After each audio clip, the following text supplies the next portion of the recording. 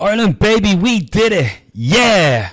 Welcome along to Obviously Fight Talk episode 47 for those of you counting. But this is the end of year show 2016. First of all, I would like to give a shout out to our beautiful sponsors. We've got FightStarIreland.ie, the fighter's choice. From everything you need, to testicle holders, to shin pads, to gloves. You want it, check them out, everything under one roof. And it's MMAmix.com. Again, for all your MMA needs, check them out. They're obviously good. Because they're with Obviously Fight Talk. Boom. So this is a big end of the year show, and as you heard his beautiful voice, he still hasn't missed one. We're almost a year done. Mr. Palin hasn't missed one, so hashtag win decision, Mr. Robert Palin. I can't wait for this show. Been waiting for the whole week. So this should be good, yeah. Yeah, I am excited about this. We also will be joined by the beautiful velvet voice, the best in the business referee, Mr. Daniel Movahedi. He'll be with us very shortly. Delighted to say as well, technical issues cost us a good interview with Rhys McKee. We're putting that away. We're keeping that interview private with ourselves. It's the one that got away. And Rhys, again, delighted to say, is taking the time to come on and give us a second bite of that cherry. So we will be joined by the new BAMMA Lonsdale champion, Rhys McKee. And making his second appearance on Obviously Fight Talk. Delighted to say we are joined by one of the most highly thought of fight analysts. I think that's pretty fair to say. From the Fight Network, Mr. Robin Black will be getting on to us later. So we can bring in the beautiful man himself now. So welcome back, Mr. Daniel Movahedi. Rob has you on silent. Sorry, so Rob just had you on mute there. So first take up, there we go. So Dan wearing his Teenage Mutant Ninja Turtles. Dan, it's been a good year. We've got some good topics. We're basically going to be breaking down the big stories we see this year.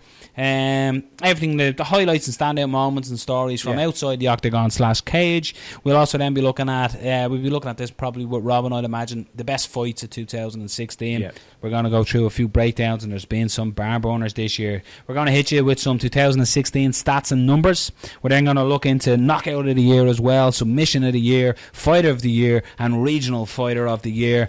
So gentlemen, what a year it's been, and let's start it off. No point messing around. New rule set and medical standards have been set in Irish MMA. These came into fruition earlier in the year. They've been worked on. This is where fighters were required. There's no more knees to the head. Same day weigh-ins. They had to wear shin guards and they had to wear rash guards. This was amateur level. Amateur level. I do apologize. So amateur level. These are the rule sets. And then there was new medical standards that were adopted and brought in, and Ireland was leading the way in this. Rob's going to magically edit this, so Bing, if you click on the link, you will see an interview with Glenn Ellis backstage at BAMMA, where Glenn, who works for Code Blue, showed us around the medical room. So the new rule set, you have to say, a lot of people at the time questioned it. It's how will it look, how will it done. It seems it's done really well. You only have to look at the success of the Irish team over at the IMAFs. We medalled in both the Worlds and the Euros. Dave Fogarty, again, a silver medalist in both Worlds and the Euros as well. Lee Hammond had a very successful time. But again, you could see the team doing really well. So you can see amateur MMA, they're competing. That allowed them, this new rule set that we've adopted, taking the IMAF version that Dan, you've refereed at, you can see that almost like boxing, it allows fighters to fight multiple times over a short period of time. Yeah, I mean, it's a good... it seems to have worked out. We spoke about the whole shin pad thing and how it would affect the fighters. Fighters have different views. It'd be interesting to ask the same fighters who had their views before then, if they fought under them rule sets, how their mind has changed and what their opinion is now. As far as, like I said, this is for the amateur rules with the shin pads and no knees to the head. I think it's fantastic. It's only, it's not just in Ireland. A couple of weeks ago, I had a show that I was on, and an amateur fighter, even though he was in the rules talk, again, in the cage, ended up throwing knees to the head. I warned him, no knees to the head. The next thing you know, he's calling me and shouting at me, but we was allowed to throw knees at us, this other event. I said, well, one, you're not at the other event, and two, the unified rules are no knees to the head, and this goes, like you said, with the IMAF rules across the board. And I hope that majority and soon all events, whether it'll be up and coming new events popping up, or the promoters make sure that their rules and their referees are making sure that everyone is following this rule set. Obviously, you have the thing about the shin pads. There's still a little bit of especially in the UK, whether you should wear shin pads if you're having one fight. I understand in a tournament format why you would wear shin pads, it protects the fighter as well, and it allows you to continue into your next bracket, etc. But as far as knees to the head and elbows, etc., everyone is to follow the unified rules, and it just makes my job easier and makes obviously the fighter's job easier of not having any points deducted or anything like that. But yeah, I mean, that's a good rule that they brought in, and especially the brain scan. I know I'm blabbing on a bit, but if the brain scan stuff, not just from the amateur side, but as we saw it on BAMMA and the Bellator just past weekend, yes, we lost a couple of fights due to medical reasons for whatever it may be. Some fighters, I'm not going to name names, but some fighters had to double check as well and make sure they done a second scan on them, and safety of the fight is paramount, and I'm glad they done that. Yeah, may have lost a couple of fights, or a couple of people weren't able to fight, and some people may even retired. But safety is paramount, and that's good. It's a good step forward for Irish MMA and MMA on the whole. Do you find, Dan, as a referee as well, when you're stepping in, you referee in the highest level as well, so when you're refereeing the pros, do you find the mindset, do you almost need to flick a switch when you know it's an amateur, or is that just something for you personally when you step in, it, and you can differentiate straight away without having to do it? Just talk through your mindset going into it, if you know what I mean. As in what, like when you're refereeing an amateur fight, yeah. Is it almost like you go, right, this is amateur, I need to watch out for this? Is that a checklist you do personally yourself, as in your style refereeing? Do you know what? Before when you had this rules, I'm talking about a couple of years ago, and I used to have this like amateur A class, B class, C class. No standing headshots, no headshots on the ground. You're not allowed to do this. There at that point, you used to go, hold on a second, what is he allowed knees to the head? Isn't he allowed? Yeah. Whereas now, and it's a great job, where whoever set this up, the IMAF, whatever template we're using, that there is a unified rule, and it just, like I said, makes it now easier of going, okay, this is an amateur fight, this is what's allowed and this is what's not allowed, and it does make it easier as opposed to going, okay, class 1, class 2, class 3 amateur. No. And then used to have this word, I'm guilty of it as well, used to call it semi-pro MMA. There's no such thing as semi-pro. Everyone, either you're amateur or you're pro, and it's the rule set that you work under. But yeah, it does make it easier knowing that, and going in there as a referee, just keeping my game and making sure the fighters are safe. That's it. Yeah. One of the big questions when this was brought in, or one of the big criticisms of it was the sport, the amateur side of the sport, moving too far away from the professional? Would it give a young amateur fighter the tools they need to go in there and fight a professional fighter? Based on what has happened so far and the change in the rules, do you think there's any risk of the amateur level moving too far away from the pro level in terms of what you can do in the cage? No, I don't think so. I know a couple of people were arguing about knees to the head, for example. How are you going to prepare someone with amateur and never been knee to the head, obviously put them straight into pro and getting knee to the head? Well, I'm not being funny. When you're training in a gym, you don't train knees to the head. Well, I know I don't, or I never used to. I don't do sparring and go, hey, we're allowing knees to the head because next week you're fighting, pro rules or whatever. As far as that goes, no, not really. I think it's a good concept that they've put in, and slowly and gradually everyone's picking up on it. Look, any rule sets that you put in, everyone needs to adjust to. And for example, as of January, like the whole rule set of a downed opponent now is being changed.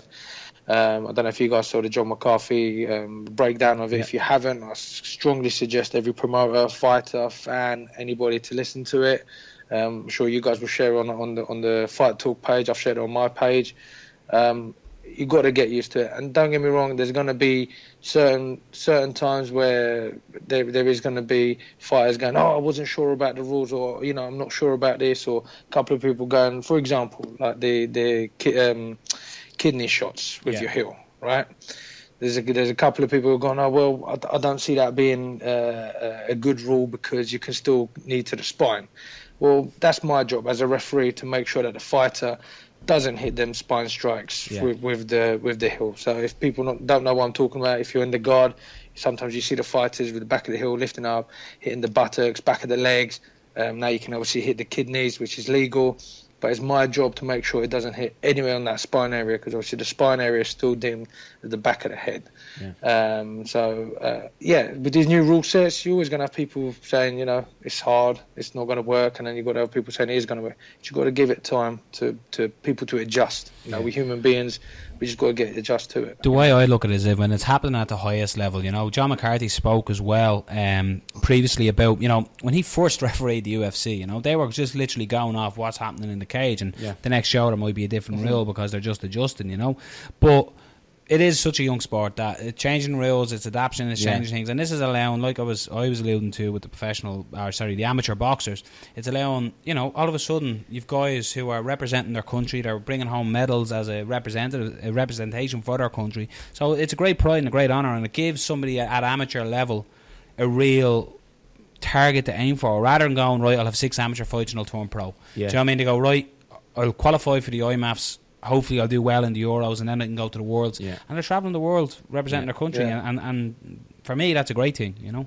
I think Cole brought this up when he was on the show, that some people might not want to turn pro. So you just want to be the best amateur out there, you know. It might not be a career for you, it might just be that you train 3 times a week and represent your country. It doesn't have to be a pro status where you get paid, etc.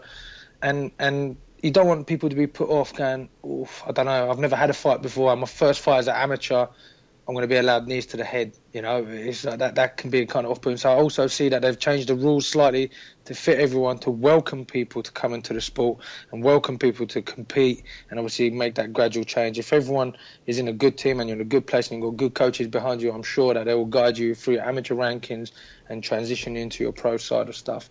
So, all in all, for me, this year has been great for the amateur scene, especially with the IMAF, the championships going on, and also with events putting a lot more amateur fights on and fighting under these rules. Yeah, before we move on, it's something that I always used to say was that there's nothing wrong with making changes or trying things. I like when promoters, organisations, whoever, just try different things and see if they work. If they don't work, you can change it back. Another thing was, as we said, it's a huge year, 2016, for changes to rules, but that's not the end. In 2017, 2018, 2019, 2020, it's going to be different rules, different things that change, so it's always going to evolve. It's not, you know, a one-time thing. It's not perfect now. It probably never will be perfect. It's going to keep evolving. So, And on that note, Rob, I'm just going to say, as long as the whoever's making the changes, and the majority of us do, as long as it's in the best interest and the safety of the fight, that's it. You know, as long as you don't come up with some crazy rule that you're allowed knuckle dusters in an MMA fight, eye gouging, something crazy like that. Eye gouging, biting and stuff. Yeah. Well, Carl wants headbutts back. Yeah, Carl wants headbutts. His head's too big. That's why.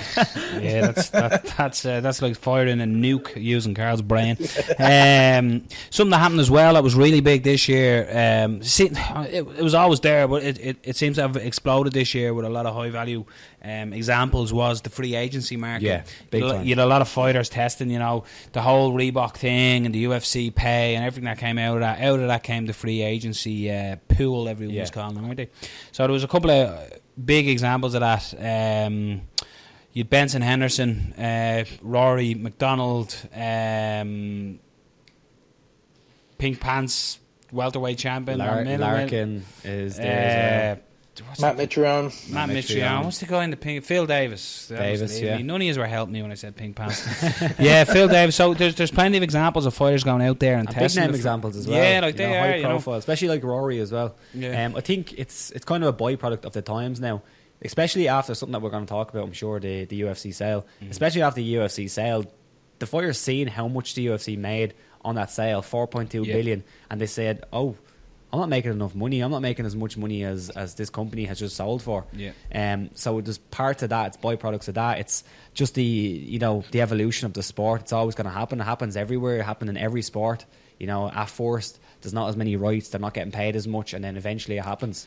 Something that came along with that, we sort of blend them in. I know you mentioned it, I didn't actually put it in the show notes as well, is the Fighters Union, and I'd imagine that would come along. Now there is a few different versions of the Fighter Union. You had Randy Couture was on Chael Sonnen's podcast. What's that? You're welcome. You're welcome. Yeah, you're welcome with Chael Sonnen.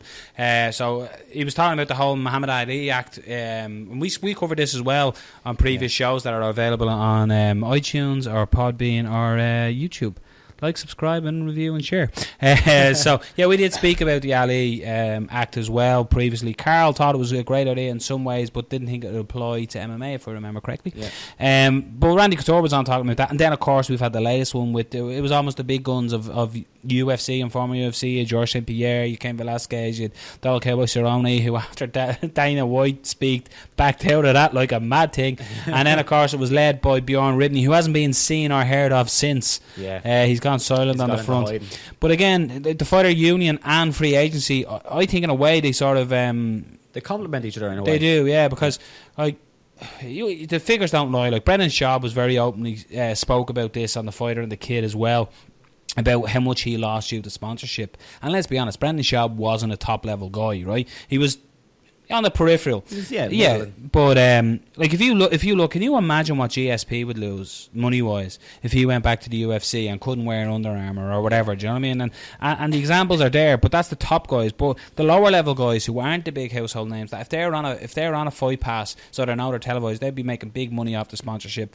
So they lost out big time. So they were like, hey, listen, Bellator are offering money.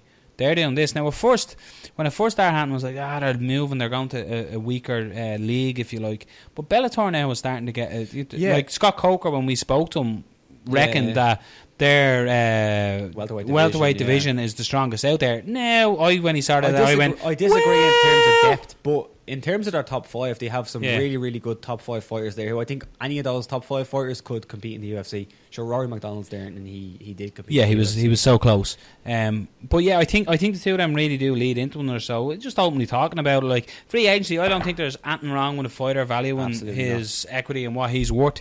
Like this whole thing about, you know, they should get a certain percentage of the business. Well, that's not necessarily the case. Like, we work for a company, we work hard, we agree to a pay. Our company earns a lot more than what we get paid. But same with everybody. The guy who's a plumber, who's an electrician, who whatever you do, you know what I mean? If you work in Tesco's, if you work in Marks and Spencer's, if you work in wherever, do you know what I mean? Your company still makes a huge amount, and you get a percentage of that because you're an employee. And at the end of the day, well, in some way, they are almost like employees of the show, and it's up to you to sign the contract. If you sign a contract to fight for the UFC, you signed it, so you agreed to it. So it's like turning around and saying, now I do think they got screwed on Reebok, like that was enforced on them, so that was screwed on them. But if you sign a contract that I'm going to earn X amount per fight, and then come out and moan about it, well, don't sign the contract in the first place. Yeah, but the hard thing is sometimes that contract that you sign, I think the problem some of the fighters have got, they've signed that contract on that basis, like you just said about the Reebok thing. It was forced on them. Yeah. And like for someone like GSP, he's coming back and his original contract didn't have the Reebok deal on it. Yeah. And they've still got, really got him by the cojones, so to speak. And he's still got that one fight to do, or how many fights he's got left to do. It's hard. I like to see companies, I don't know if it's just UFC, but every company in general, be nice to go, okay, you know what? This is what you're getting paid. If we hit this many what do you want to call it, pay-per-views, etc., every fight is guaranteed this much bonus on the night. Do you know what I mean? If we hit a certain target. Does that make sense? If you look at that as well, I do get that. But if you look at it, for example, it already happens. Fighters do get a percent. Some fighters get a percentage of the pay-per-view. No, but when you're on a Conor McGregor pay-per-view, if that was the case, no one would fight unless Conor McGregor was on the main event, because fuck that, why would I fight when McGregor's fighting? They wouldn't put anyone on the undercard either. Yeah, so it is a weird one. The one thing is Reebok screwed the fighters. I can really admit that, but the actual signing of your fight contract now, if guys who have re-signed since Reebok, that's up to you. I think that's why there's a big change, because back in the day, and not even back in the day, a couple of years ago, going to the UFC was the pinnacle. It still is the pinnacle. Yeah. But I think a lot of fighters see that there is plenty out there. There's other promotions that will pay you, and you could technically make more money in their promotions. And you're not just signing for the UFC to just be a UFC fighter. I don't think that's not perceived anymore. It's not something that fighters really think about as much. It's not as much as it used to be. I think if you're the champion of whatever division and it's the champion of the UFC division, I think that holds a lot more metal. Absolutely. I'm not saying that, but what I mean is I don't think fighters are going to take a pay cut to go to the UFC just to be a UFC fighter. Not anymore. I don't think that's the case. But that's not everybody. I have sort of spoke out about Bellator and their mockery fights and stuff, and hopefully they're getting away from that a little bit. because I have to say I was hugely impressed with Bellator when they were over last week. Just how they ran things backstage to everything. Bellator were boom, they were down to everything. I just think if to be taken on that level, they need to stop the freak show, if you know what I mean. Stop them fights, and I hope, because they have the roster there to do it, and they're building it. And that's what Scott Coker said as well when we were speaking with him, was that they're looking to always get these new guys.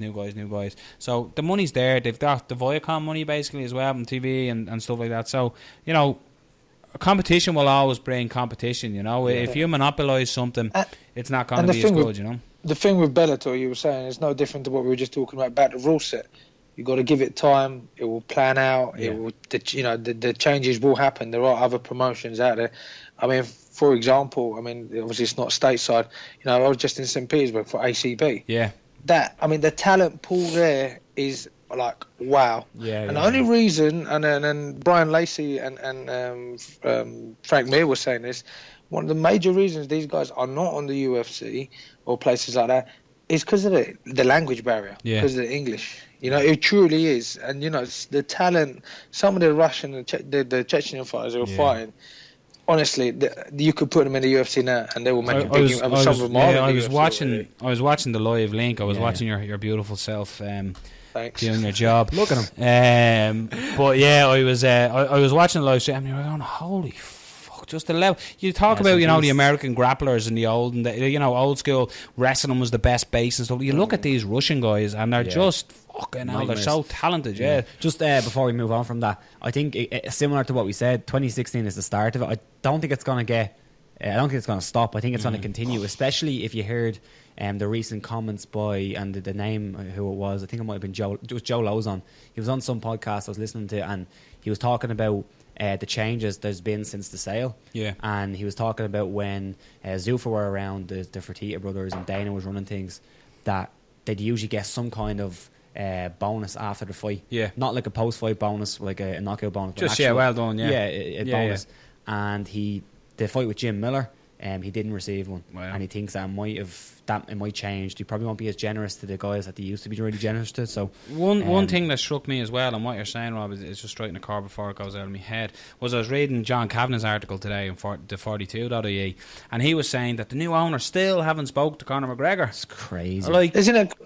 That's crazy. That's insane. It's what? But I think that's a good transition to the next one. Yeah, is it? Next one's... We'll go with the UFC sale next. Right. Perfect transition. Yeah. All right, so...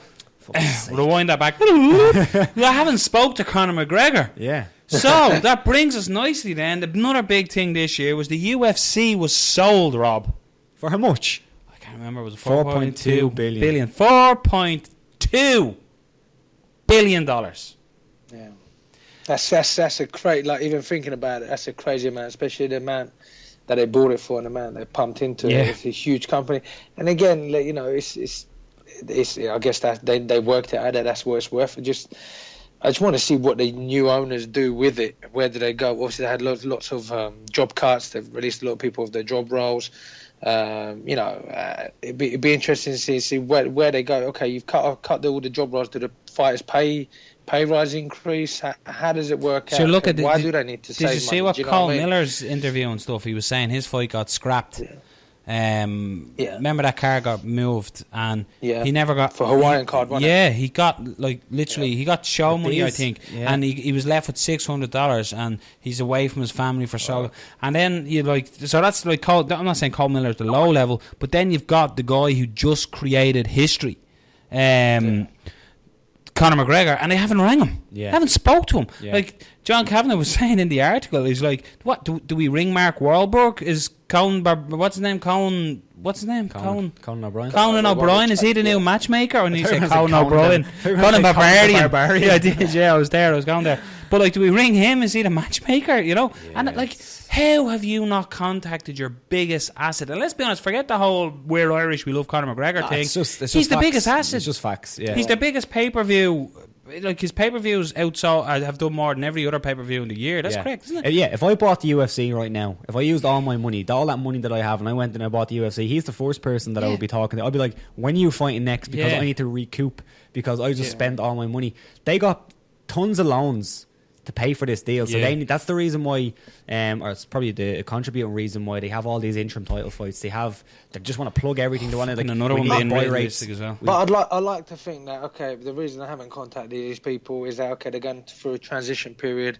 And That's whether it be, true, okay, this is the person that they're setting up. You know, maybe the owner doesn't want to contact him, but they want to appoint someone to go, okay, look, you're in charge of contacting the fighters, liaising with the fighters, the managers, etc. Maybe that hasn't happened yet. I get that, Dan, right? But I raise you.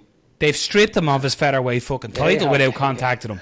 Yeah. and then we won't. I was just saying. We won't get into it too much because we need to cover everything. But Ring them. Get on the phone. What's their fucking Ari, where Yeah. are you? No, so we won't cover too much. But then the whole talk of Jose Aldo going to lightweight for an interim title. If that's true, I don't know. Ugly. McGregor only won it like yesterday. It's silly. Like it's fucking silly. And that just like the reason why they stripped Conor of the featherweight title is so they'd have an active champion at featherweight. So they create another interim title. Yeah. When they have an active champion, and then they're going to bring the active champion to lightweight. Yeah. The stupid thing about it as well, though, is like, if you look at boxing, take boxing as the point of view, right? Going that way. Boxing, there used to be a heavyweight champion of the world. Like, you look at Klitschko when he had all the belts. Like, you needed about 6 people to just carry the fucking belts to the ring. UFC 7. Do you know what I mean? So WBC. The UFC is going that way. And like, how's Jose Aldo getting a shot at an interim belt? He's never fought a an lightweight interim belt? I don't understand it. It's fucked up. But, that was the first course. How long were you in? But I'm not sure what my feelings on that. But hey, let's just see what happens. Again, let's go back to the whole. Let's see what happens with the change, huh? Yeah, but what I will say is, since the change has happened, the 3 things that I kind of take from it is that it kind of put MMA into the mainstream. I don't mean like, now it's a mainstream sport, but like when you sell a company for 4.2 billion, everyone stands people up is looking at you. Is looking at you. The other thing is, I don't think for the casual fans much has changed. Like if you're a casual fan watching the UFC. Really business as usual. Business as usual. Yeah. Nothing has really changed. So I think that's a good thing. Like we work for a company who's currently in the middle of an integration. And what's the biggest thing we want to do? We want to make sure the customers don't notice it. Yeah. And that's the biggest thing that a company needs to do when they're integrating new things. So that's one thing. And the other thing is behind the scenes, lots of things have changed. There's been lots of firings. But you can see a lot that of mainstays have gone. Yeah, but as well, there's now talk as well. Now it is rumour, but Dana White I think addressed it, didn't he, about Goldberg? Mike Goldberg could be getting the. I didn't know he addressed it, but he did papers. say that he was trying to get somebody in, and it's supposed to be, I can't remember his name. He's some American. Is that because of the TV deal they're looking to do? No, they're just saying they want to change direction in their type of commentary that they have. Goldie and Rogan are class together. But that's the thing. Sometimes people got ideas on making changes, think it sounds good in here, but actually really doesn't. Whereas, for example, I mean, there have been good things. I'm not hating anyone, but for example, when they released Matt Hughes and Chuck Liddell, it's like I don't even know what their roles were. It was like, okay, and apparently they were on really big money as well. Apparently they were really on big money, and I can't remember whose podcast I was listening. I think it might have been Charles as well. He was saying about like Forrest Griffin, and he hasn't lost his. And you do see him. You see him out and about with the fighters. You see him come over to Ireland, come over do Q&As, and come over does presenting for the Fox TV. He throws himself out. Why? Because he still loves the sport. I'm not saying Matt Hughes and Chuck Liddell done. Well, Chuck Liddell was just a coach in Mexico, wasn't he? That Mexico. But again, but he also got paid for that. Even with that, I didn't that could have been pumped out a hell of a lot more. Even to the American audience or to the wider audience, to the UK audience. Why did he go and do a Latin America one? He could have done another USA one, which I think would have been pretty cool. So it's crazy. Hey ho. Moving on as well. Are we all happy with that sale? UFC. We happy with as we say, as Dan said, with the real change with the sale. Let's hold back. Let's not jump all over them. Let's see how it goes. See what happens. Will it be business as usual? At the end of the day, we're the fans. You obviously want to see fighters get paid for it. Yeah, but at the end of the day, we're the fan. We want to see the product. But you do hope that everything behind the scenes is working correctly and the fighters are being looked after. Yeah. A big thing as well that happened in 2016, a lot of Brazilians found this out. That's terrible, you cannot say that. That's just literally pigeonholing Brazilians. USADA were out and about, and speaking of Brazilians, a Brazilian has currently been flagged. Chris Cyborg has been flagged now. She has released a statement to say it was due to illness and dehydration, I believe she was saying. But a lot of fighters this year, USADA have struck. They've knocked on people's doors. They've got guns pointed at them by Tim Kennedy. They've got Vanderlei Silva, that wasn't this year, but running away. This has been USADA's big coming out party with catching people. A lot of people. Brock Lesnar is a highlight, one that was caught. John Jones was a highlight, one that was caught. I think they're just, at this point, they're just fucking, every Brazilian. they're just fucking with DJ. Have you noticed? Like, every time he gets tested, like, one time he was in the middle of playing he was on his Twitch. playing Twitch. Second time it was in like a supermarket or something. You Yeah, seen that one? yeah. I think it was was fucking that? DJ Demetrius Johnson. Demetrius Johnson. Oh, wow. He was doing a bit of mental. shopping and they got him. they got him. Yeah. Lovely. But a lot of fighters I spoke about, like Chael Sonnen was saying, a bloke just turned up and he again was on Chael Sonnen, you're welcome. Chael better start plugging obviously Fight Talk, that's all I know. But he was saying, like, he literally went into like a cupboard, like and took a piss in a cupboard, like with this bloke looking at him, and that he was like, so who the fuck are you again, because they don't have to show ID. But this was the big year of it, and in fairness, it's catching cheaters. It is.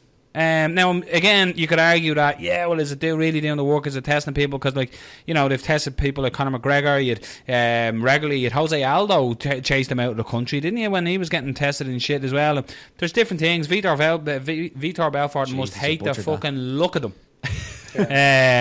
But it's again, it's new. Let's sit back. Let's see how it goes. It's like when something new comes out, we did know there was going to be a big hit ratio in it, I think. The thing I want to say is, you're going to say a majority is the Brazilian. No, I'm only being sarcastic. No, but I mean, but it is. The best person to ask it is true, right? Majority of them are the Brazilian fighters, correct? Mm-hmm. Okay, so allegedly, if that's the case, then maybe they need that, like, in their what do you want to call it, in their country and their commission side of stuff, maybe they need a bit of education and need to be up to date. Look, these are the things. Maybe they just don't know, you know. Some of them can claim, hey, I don't read or speak English, or it could be they haven't got access to the stuff that they need to know about.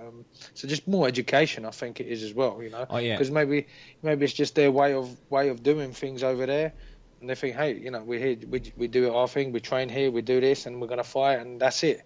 Then maybe just needs that bit of education and bit of guidance to go, look, these are the consequences, but you know, this is what you can take, can't take, etc. I personally believe just a bit of education, bit of information to them would help them a long way. I completely agree. I think over the year we spoke a lot about this, and we covered basically everything to do with USADA. One thing I always bring up is I still think it's difficult for the fighter to make sure they're not on anything when a lot of the stuff that you buy in your local supplement shop. Well, this was Carl brought this up regularly, is that USADA should bring out supplements. Yeah, I think that's a great idea. And why it's not? like, here you but go. Then it's gonna be the whole flip side. Oh, hold on, this is my sponsor. Yeah, true. Yeah. That is true. Yeah, you know, yeah, that's true. I think, and on the flip side, it'd be cool to have maybe a testing kit. Every fighter has a testing kit. Hey, you're having this protein powder. Dip the little stick thing in there. If it comes up purple, it's got something in it. If it comes up this, I don't know. Was that not a big thing with John Jones, though, that they tested some of his stuff and some of it was coming back clean and then some of it was coming back tainted? Tainted. So it's basically where they make the shit. They were, you know, it's like, you know, when you eat certain chocolate bars, it says may contain peanuts. Yeah, they're gonna mean a fucking dairy milk. Like watch Bigger, Faster, Stronger, the documentary, and they talk about how unregulated the supplement industry is. It's completely unregulated, and even if you check the back and you say, "All right, definitely nothing in this," there could be something in it. So it is difficult, and don't say, "Oh, well, just don't take supplements," because everyone takes supplements. I take supplements, you know. I don't take supplements unless you can't. Jacked. Fucking hands shaking. Your traps will get a bit bigger, mate. Another big thing this year, and we had our reporter on the ground earlier in the year, was Mr. Daniel Movahedi was at New York when the news broke of legalization in New York. So MMA was legal in New York, the final state in the United States of the Americas. So this was a big step, and they obviously celebrated with the huge 205 205 card. I knew you said 2. Big 205 card. That obviously went down. Probably card of the year. Phenomenal stuff. Yeah. But yeah, obviously we spoke about this as well. It was a big thing. It was about time. It was more politics than anything that was keeping it out of there. But yeah, that was a big story as well. That eventually happened. The likes of Weidman and stuff pushed for so long with the UFC, and they finally got there. Now they're making it's hugely expensive. It's not like your normal local show will have to do New York show. It's going to be, there's so many hoops to jump between. It's quite an expense apparently. But yeah, so taxes. Yeah, so the UFC are there, and I'm sure Bellator, I think we're talking about going there as well. Yeah, they are there, I think. Yeah, so big news. Another big story as well, that this was the one that really got the trash talking going, got the hype, got everyone talking about it, was the Conor McGregor standoff with the UFC. The thanks for the cheese, I'm out of here tweet. I'm retired. He's retired, thanks for the cheese, I'm gone. And this set literally exploded the internet. Everything died on the internet. Nothing else mattered in the world.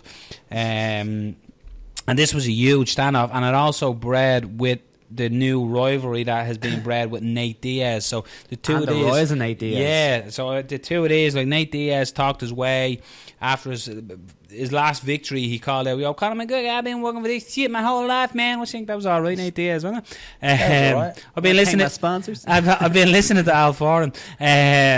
So yeah, he sort of called out saying, "You know, I've been working my whole life for this," and they got the fight. And you know, Conor now. We know what happened. You do nothing. We sorry people for your ears there. Apologise. So we know what happened the first fight. Nate Diaz got the victory, got the rear naked choke in the second round, and this built up this big crescendo of excitement for the big rematch, and it all went down, and it was like between the UFC standoff, nobody knew what was happening, and then Nate tweeted out, "If he quits, I quit," and all this, and it's this rivalry is more so. The standoff with the UFC we spoke about was more of a pissing contest, wasn't it? Yeah. Another note I want to bring on that actually because it's quite funny. But then you had the whole Nate Diaz, and what a thing it's been with their one-on-one, and the trilogy is going to happen. It has to happen. But it's born like these are the things that any promotion, be it a boxing promotion, be it that, they dream of having these matchups. The whole MMA community was infatuated by Nate Diaz, Conor McGregor. You either wanted Nate to win or you wanted Conor to win. Then the press conference, Bottlegate happened, and it was all building up to this, and then the fight was phenomenal. McGregor got the nod on the judges' scorecards. He had to rally after the third round. He had to rally back in the fourth, and it was phenomenal. And the story. We're on chapter 10, and there's still a few more chapters to go. Yeah. That's a lot of chapters in a book, though. 10, isn't it?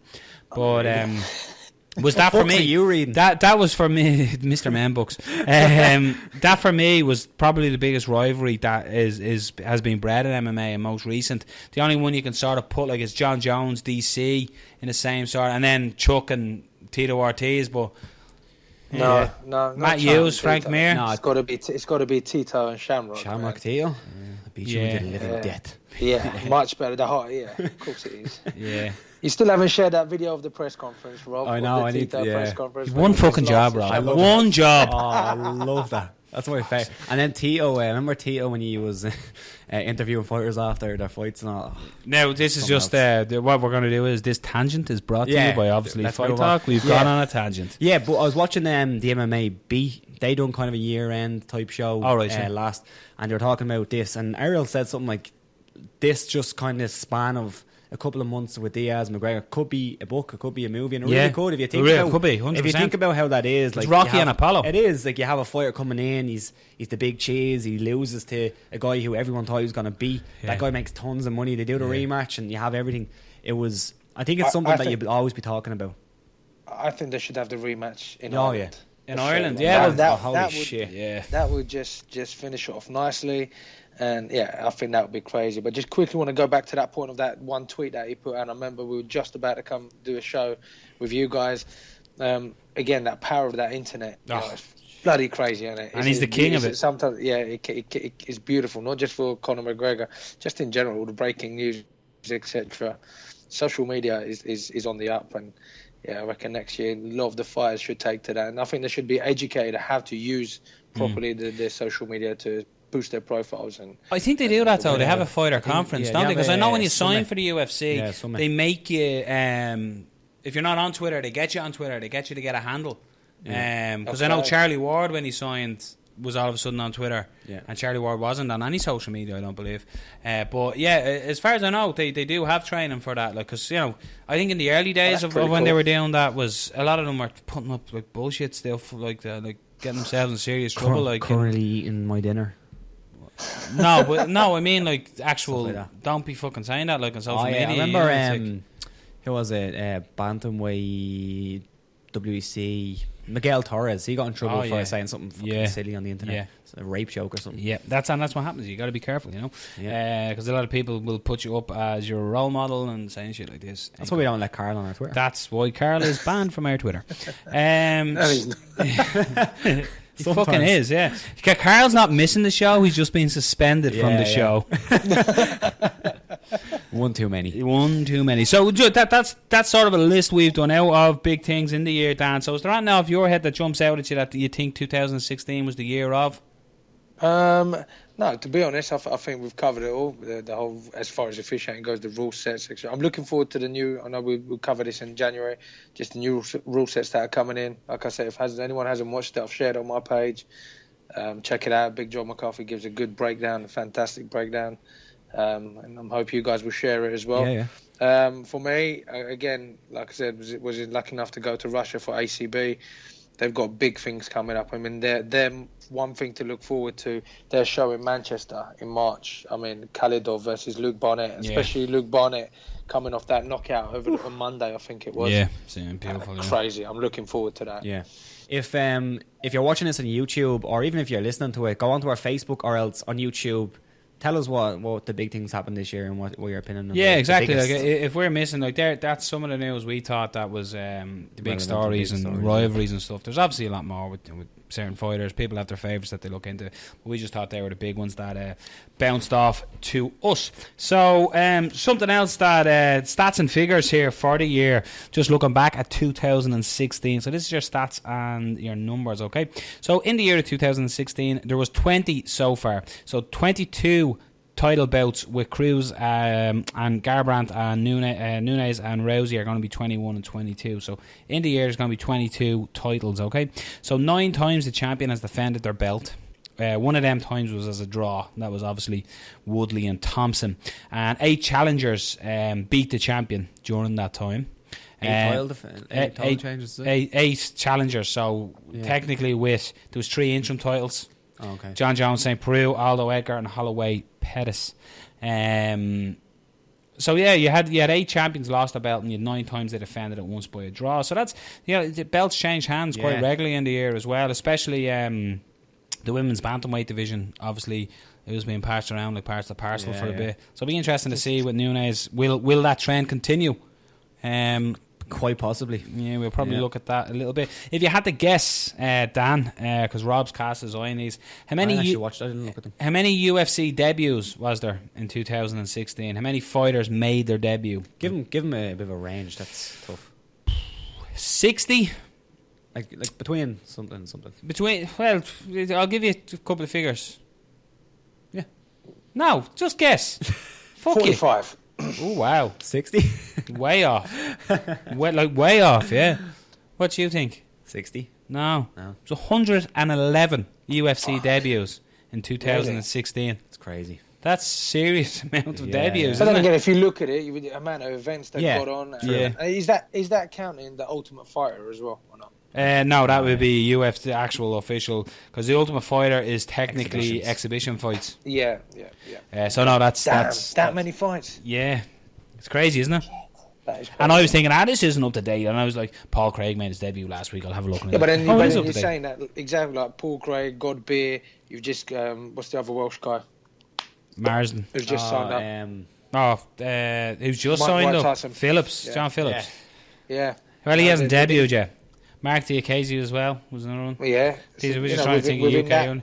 This Charlie space, Ward is another Are we one. going to go through all 100 and 111. So now that you mention it, you've just we named, have. You just named six, 7 guys. Yeah, just within from the UK circuit. Yeah, who've made their debut. That's crazy. yeah, big time. How many knockouts? Many knockouts were in the year? Knockouts. Yeah. 110. Now, it doesn't have to be a knockout. It can be a TKO. Oh. So Well, then knockout that's TKO. two different things, isn't it? Well, that's why I fucking rephrased the question, isn't it? Have a word, Rob. One job. Have a word. Go on, you slag. Right, Tell so me. TKOs or both? Both. TKOs Knockouts, and TKOs. 280. Ah, you're way over. I wish it was 200. What a fight. What a fighting year you thought we had. I'm going to say many fights a year. Is this the UFC, isn't Yeah, it? yeah. Many fights a year. So about 2 cards a month. About 10 fights on a card on average. Ish. He's doing his Carlo Vorderman here, look. We'll go with 151 knockout finishes. I must bear in mind that these stats are from UFC metrics and counts, and we've gone off and we've checked them on the likes of Wikipedia and different pages. because Wikipedia's always right. Wikipedia's always right, so we just said we better check on UFC. Submissions. How many submission wins have been in the year? Oh, man. So what was the knockouts? 151. 120 This is a very famous number in bingo. in bingo. Yeah. One. Bingo. Yeah, it'd be another way of bingo 66. calls as in quackity quack 22. 66 So number. I that, never yeah. played bingo. Yeah. If you had a few drinks and the bar was getting less and you were a single man and there was a girl standing in the corner who liked going to the chipper, you might go... That goes I don't know, literally go on, right tell over us. my Two head. fat ladies, 88. Alright. Two fat ladies, 88. I was expecting more than that. First round finishes, including a no contest. First round finishes. Yeah. It's like a quiz that you weren't prepared 71. for. How much? 71. Did you look that up? No. Because you're nowhere near the number. Look at his little face, got all excited. I thought you fucking nailed Yeah, go on, Rob. No, it's not 71. 100. 106. Ah, it's close. That was a good show. Yeah. This is a very tough one now. Draws. How many draws were there in the year? 6. Again, 5. the UFC. Ooh, Jesus, 7. These were nearly there between you. So the fastest KO of the year went to... Try and think about a really 6 fast seconds. knockout. Ooh, Wasn't it? no, No. no. It wasn't. This is UFC now. This is UFC. Yeah, it's all UFC. Fastest knockout. It was in the light heavyweight division. I was thinking, Don't know. yeah, Hits like a truck. Rumble. Anthony Rumble Johnson. Against Latifi. Against No. Gus. No. That was quick. No, No. I thought that was quick, wasn't it? Glover Teixeira. Oh shit. In how many seconds? Connor's favourite number? 13. 13 seconds. The fastest choke goes to That's his choke. Chaz Skelly versus Maximiliano yeah, Blanca in how many seconds? By Anaconda choke. Anaconda. 14 seconds. My anaconda. 19 seconds. So these are just a bit. I'll throw these as you won't get them. Most knockouts and TKOs on the one card was 8, and that was at UFC 199. Then obviously the reverse of that, submissions, most subs was 6, and that was on the UFC fight note into Sonias versus Alvarez. Most TKOs by a fighter in a year was 3, and there was 3 fighters who had 3 knockouts or TKOs. Can you name them 3 fighters? Donald Cerrone? No. No. You just That's fall. what I would have gone for. It's all right. So 3 fighters have had 3 KOs or TKOs. So they've had 3 in total, and there's 3 fighters. 3 in total, 3 fighters. One is a TKO. champion. One is about to fight for Robbie a belt. Lawler? No, he's not No. a champion anymore, is he? Not Woodley? No. We're shit at this, Dan. Yeah, I know. You're fucking shit at dying. I'll give you one. Stipe Miocic, heavyweight champion. He's had 3 Yeah. TKOs or KOs. Yeah. The other clue is if you ask me to predict his fight, I'll just say his name. Conde? No. Remember I said I don't need to fight this Conde hasn't breakdown. even- Conde Remember I said I don't need to fight this Gegard breakdown. Mousasi. Gegard Mousasi. And the other one is fighting very soon. Looking at the answers, Rob. Cody. Cody Garbrandt, yep. Didn't see the answers. Yep, there you go. So, yeah, there's your stats. There's some interesting stats in that, isn't there? Yeah, like, for yeah. me, looking at it, I was shocked with the amount of debuts. That's one that really stood out to me, was the debuts. Like, 111 debutants is absolutely crazy number. Yeah.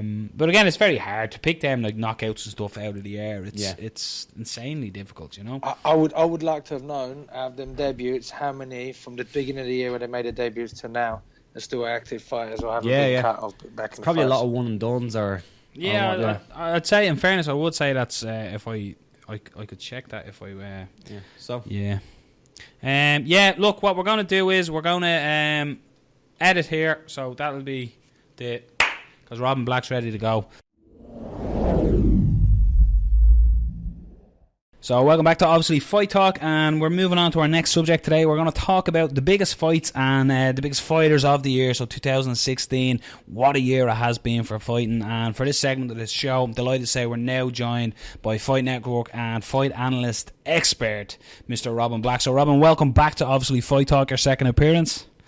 Oh, thanks for having me, guys. So we had fun last time. Yeah. You guys are doing killer stuff. Your place looks like jazzed up, your whole environment. It's cool. Thanks for having me. That's the podcast money, Robin. We're rolling it in, with, you know. you know all about that.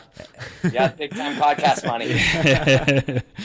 So let's dive into it, Robin, straight away. It's been an unbelievable year for mixed martial arts. But for you, breaking down fights as you do, looking back over the year, what fights stand out for you? I mean, there's a lot of really good fights, obviously, and the athletes are getting better all the time. The level, the skill level, just the understanding, the understanding that coaches have right now in strategizing and in putting these things together. We're just seeing better and better fights, and we're going to see it again next year. When you talk even to, a higher level coach and you see how much growth they've made, how many extra layers of understanding that they've got. The fights just get better. The athletes get better. The concepts and the strategies get better. My favorite fight of the year was Cub Swanson and Doo Ho Choi, for sure. No doubt about that. That was in Toronto. I was there. I know both guys. I got to talk to them in the lead up, so you get some insight into where they're at, days out and even hours out. And spoke with them after, and the fight itself, going into it, we expected it to be special. The way that the differences between them, but the high level that they're at. And so you thought that technically there would be some fascinating things, but then you also get heart and desire and toughness and will and just an unwillingness to back down or be discouraged. And you start layering all those things on top of it, emotion and the physical, they're exhausted at the end. I saw Doo Ho Choi carried out after his arms over, and the physical toll that took on him, not just the damage he took, but how much he put out. Being that close to it made it that much more special for me. And that'll be one of the great fights ever. But, when we talked about that in the last couple of weeks, our appreciation of things fades sometimes, What's the best ice cream cone you had last year, What's the best sex you had last year? Like, even great things like that, it's hard because the best one is the one that you had yesterday. Yeah. So that's a human element. So that fight is still very fresh, and I've watched it a bunch of times. And I spoke with Cub, immediately after, and both of his coaches and stuff. And so, the insight and the how close you are to the moment, that's about as special of a fight I've ever seen, really. I actually didn't get to watch that fight live. Yeah. I got to watch the fight days later, and everybody was telling me about this fight. And I'm a big Cub Swanson fan. I just love this style of fighting. I love his no bullshit style of fighting. I just absolutely everything about Cub Swanson I love. So I was really eager to watch the fight. Unfortunately, I knew the result. So even going into that, it's like, when someone tells you, go see this movie, it's the greatest film you'll ever see. So you're going into the watch this in theatre with this huge expectation, and then it can lower when you watch it. You go, well, it wasn't that good, because everybody's told you it was amazing. So I sat back and watched the fight with headphones on and shut out the world to watch this fight. And even not watching it live, which I would say took some of the aspect and the thrill out of the fight. Yeah. It was still one of the greatest fights of my eyes have ever had the honour of watching. Yeah, it really, really was, What are some of the other ones for you guys? Well, it's funny that you brought up, actually, on that, you were saying, the best thing you remember is the most recent. So I'm nearly going to flip the script on that. Robbie Lawler, Carlos Condit, to me, was one of the greatest fights, again, you'll ever... Like, this year has been littered with phenomenal fights, but that famous scene where they're both standing with their arms on top of the cage after, like, that's iconic. That's something you see in a movie, you know what I mean? We were talking earlier about Nate Diaz and Conor McGregor, that it's like their rivalry is now like Apollo Creed and Rocky Balboa. But that was an iconic moment, like Rocky and Apollo throwing the punch at one another. Like, that fight for me, and I must add, I honestly think Carlos Condit won that fight, and I'll stand by that to the day. I stand with you on that. You know,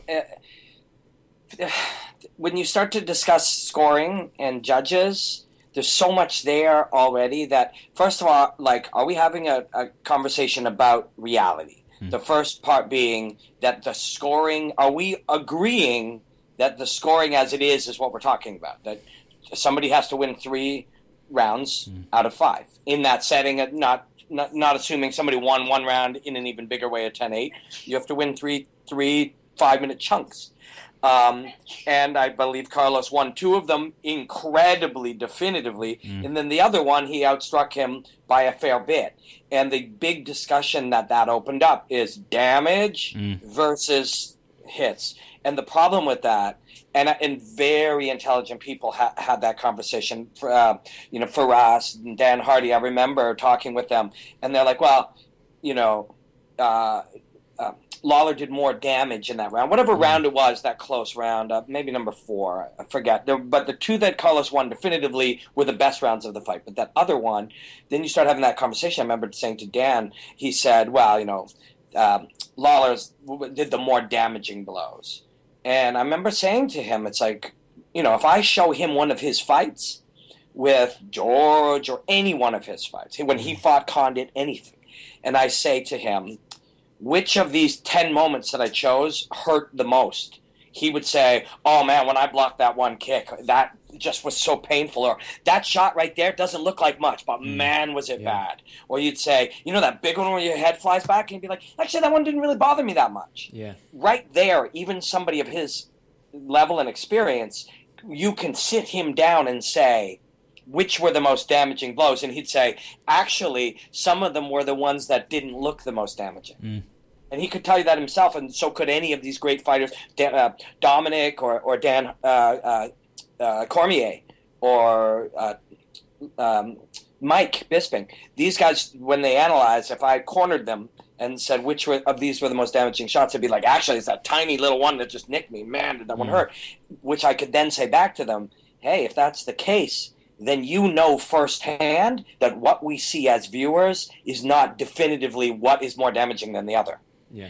Just because sweat flew off your hair and your head snapped back, it might have snapped back in a way that dispelled and like spread out some of the damage. And that I had that conversation with a number of people, most of them not as educated or none of them as experienced as Cormier or Cruz or Mike or any of these guys or Stan, just guys who watch fighting, and they're like, it's obvious what the most damaging shots are. And see, that's the problem. If you believe it's obvious, then you are going to go with that belief, and that belief is flawed from the get-go. Yeah. Everything about your belief that you can tell what is the most damaging is wrong. So therefore, being able to go and say, well, Lawler did the more damaging shots, talk to any of these fighters, and they'll tell you you cannot tell by looking as a third person what is more damaging. So I know I just went off on a tangent, and I've been tangenting like crazy the last couple of months. I don't know why. I think I'm trying to gather new ideas, and when you talk to friends, sometimes that's the way to do it. But that was a brilliant fight, and but it did raise that debate. So that often becomes the talking point, and we talk about it so much that you don't actually go back and watch that fight. I've seen that fight 4 or 5 times, and it's so brilliant. And Condit's great moments were just so great. He was so in control when he was in control, and Lawler had to go in and do exactly what we're talking about that Cub and Doo Ho Choi did, exactly what we're talking about that Conor did in round 4 and 5 against Diaz, is that effort, that deep effort to go into yourself and bring out more than most of us can understand, and what we all know we'd all like to think we could do, but we really can't. That's why we marvel at a Robbie Lawler in a case like that. So yeah, those beginning of the year and end of the year, 2 of the best fights by far. Yeah, that fight, sometimes I think about it in a way is it's a shame that it's a part of the fight business and not just the fight, because it's a shame that the result of that fight actually hurts the loser, because there isn't really a loser in that fight. If you could just take that fight as a fight and not as the result will affect his progression of the ladder, his pay, his this and that, the fighter who lost or who technically lost wouldn't be affected by the actual result as much as just enjoying what the actual fight was. But another fight that stood out to me was Mike Chandler versus Benson Henderson, when Henderson made the move over to Bellator. That fight was something that I think Bellator can really promote themselves with, because they had Mike Chandler, who's a homegrown talent, and Benson Henderson coming over, who's a top guy. And Chandler went out there and put on probably the performance of his career, maybe that and the Eddie Alvarez fights. But there was so much in that fight where it was just beautiful. It was just an unbelievable fight. Yeah, and again, I mean, I'll watch Michael Chandler's physical expressions any day, anytime, any of his fights, in any moments. He's trained himself to move as a budding genius combat sportsman and athlete. But when you see that, that guy put I spoke to him after for maybe a half hour the day after, and then got him on the podcast for another half hour, maybe a day or two after that. So I spoke with him a lot in that time. And, he learned what it was like to fight Mike Chandler, because Mike Chandler cannot, when you see in the fights with Eddie, he will not give in, and he will not allow himself to have any pessimism within the fight. So something bad happens to you in a fight, you get injured. If you're like, oh my God, now my hand doesn't work, you get into a spiral that can get you in trouble. Or you go, oh man, I'm really tired now, I don't know if I can do it. I couldn't beat this guy when I was at full. Like, if your brain starts moving towards any of that information, any of that pessimism, you start to change. And Michael Chandler doesn't do that, ever. And so in fighting Ben Henderson, he fought another man like himself who doesn't ever do that. You can't discourage Ben Henderson. And by round 5, Chandler's going in there, and he's just exert, push for 20 minutes, and he's exhausted. He's exhausted. And he has to maintain that ridiculous unwillingness to become pessimistic or frightened about where he's at or second guess himself. And so that's what you feel when you see those last couple of rounds, and that's what you felt with Cub and Choi, and that's what you felt in round 5. So something in all of these fights, how brilliantly they move and how brilliantly they execute techniques, and those high moments where you drop all of those things are great. But the thing that's tying all these fights together is that 3rd and 4th and 5th and 8th and 20th effort of fatigue and still pushing through, and that's somewhere in there. That's the biggest thing and we'll name in other fights that we're the ones that we're still thinking about this year, and it's that human element that's often the case. And when I love to, as you know, I love to break down fights and analyze the technical stuff, and I'm going to be doing that a lot this year because it is my true love. But I've started to realize how limited that is. How limited if you're going to keep growing and keep expanding your knowledge, you realize that saying this guy likes to throw leg kicks, so we're going to counter with right hands. When in this fight he threw this and then this happened and he slipped his head, you start to realize how limiting it is to talk, and how untrue it is to talk about technique as if it's in a vacuum. What happens when a head slips offline? Well, where is his mind at? Where is his courage at? Where is the pain at? What psychological barriers has been put in place for him here? Why is he retreating? Like, understanding the how and the why, to me now, is where we have to look if we want to really keep gleaning more and more meaning and understanding and get into the depth of why these things are special. I think we need to analyze emotion, and we need to analyze psychology, and we need to understand those things, because hey, this fight is all about range management, that's not going to cut it. We're not going to learn enough. We're not going to keep peeling back layers and seeing more genius if we stay there in 2017. We have to go further. That was something that was brought up to you on your podcast, Ask Robin Black. Somebody had tweeted in asking about Pettis' mindset and does he need to move? And I thought you answered that beautifully, as in it's the human element and the human factor and the thought process that, for me, one of the biggest examples of the year is, as you said on the show as well, it's hard to measure that human nature and that pull and desire to fight on. And I think the biggest and greatest example of it, holy fuck, how was he continuing moment, is Michael Bisping when he fought Anderson Silva. Like, how we watched that, I watched that backstage. We were at a show, BAMMA, in Dublin's 3 Arena here, and we were watching this fight on a phone backstage, and it was like, how has...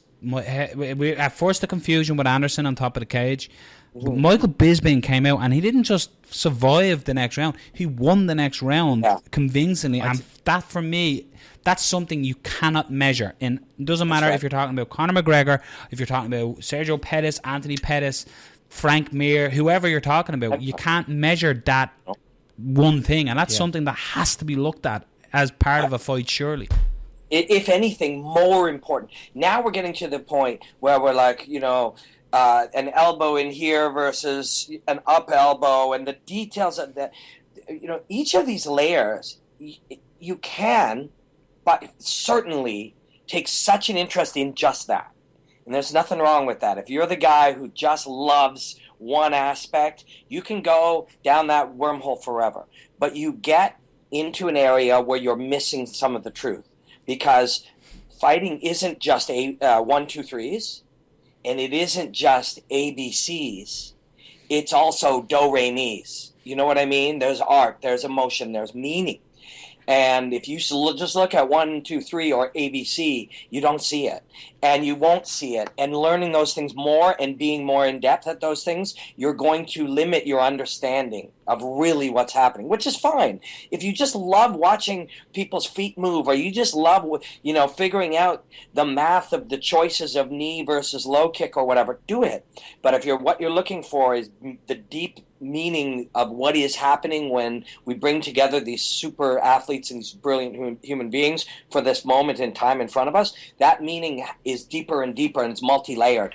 And I think more importantly, now that we sort of see all of, and as soon as we get to the point that we understand all the physical, you then realize, oh shit, we've been looking at this physical and we've been missing the real story. And now the next layer is, because everybody's really good and everybody's understanding and their ability to fight has progressed to such a degree, it becomes about humanity again. Most people, literally most, and most elite fighters can't get up after being flying kneed, essentially knocked unconscious, and then win round 4 against one of the greatest fighters ever. Most people can't do that. And when people go in and go, oh, Michael Bisping, he's late, he always does this, and his left hand does this, and they start identifying as if he is a fixed thing that only can express his physical this way, they're missing everything. Michael Bisping is a unique human being. And that's why he wins fights. His fundamentals are very good, and the way he fights, and his endurance, and the way he uses his energy systems, all of it, very good, very, very, very unique, top 1%. But it's who Michael Bisping is, and what his mind is why he's like that. And it's not a coincidence.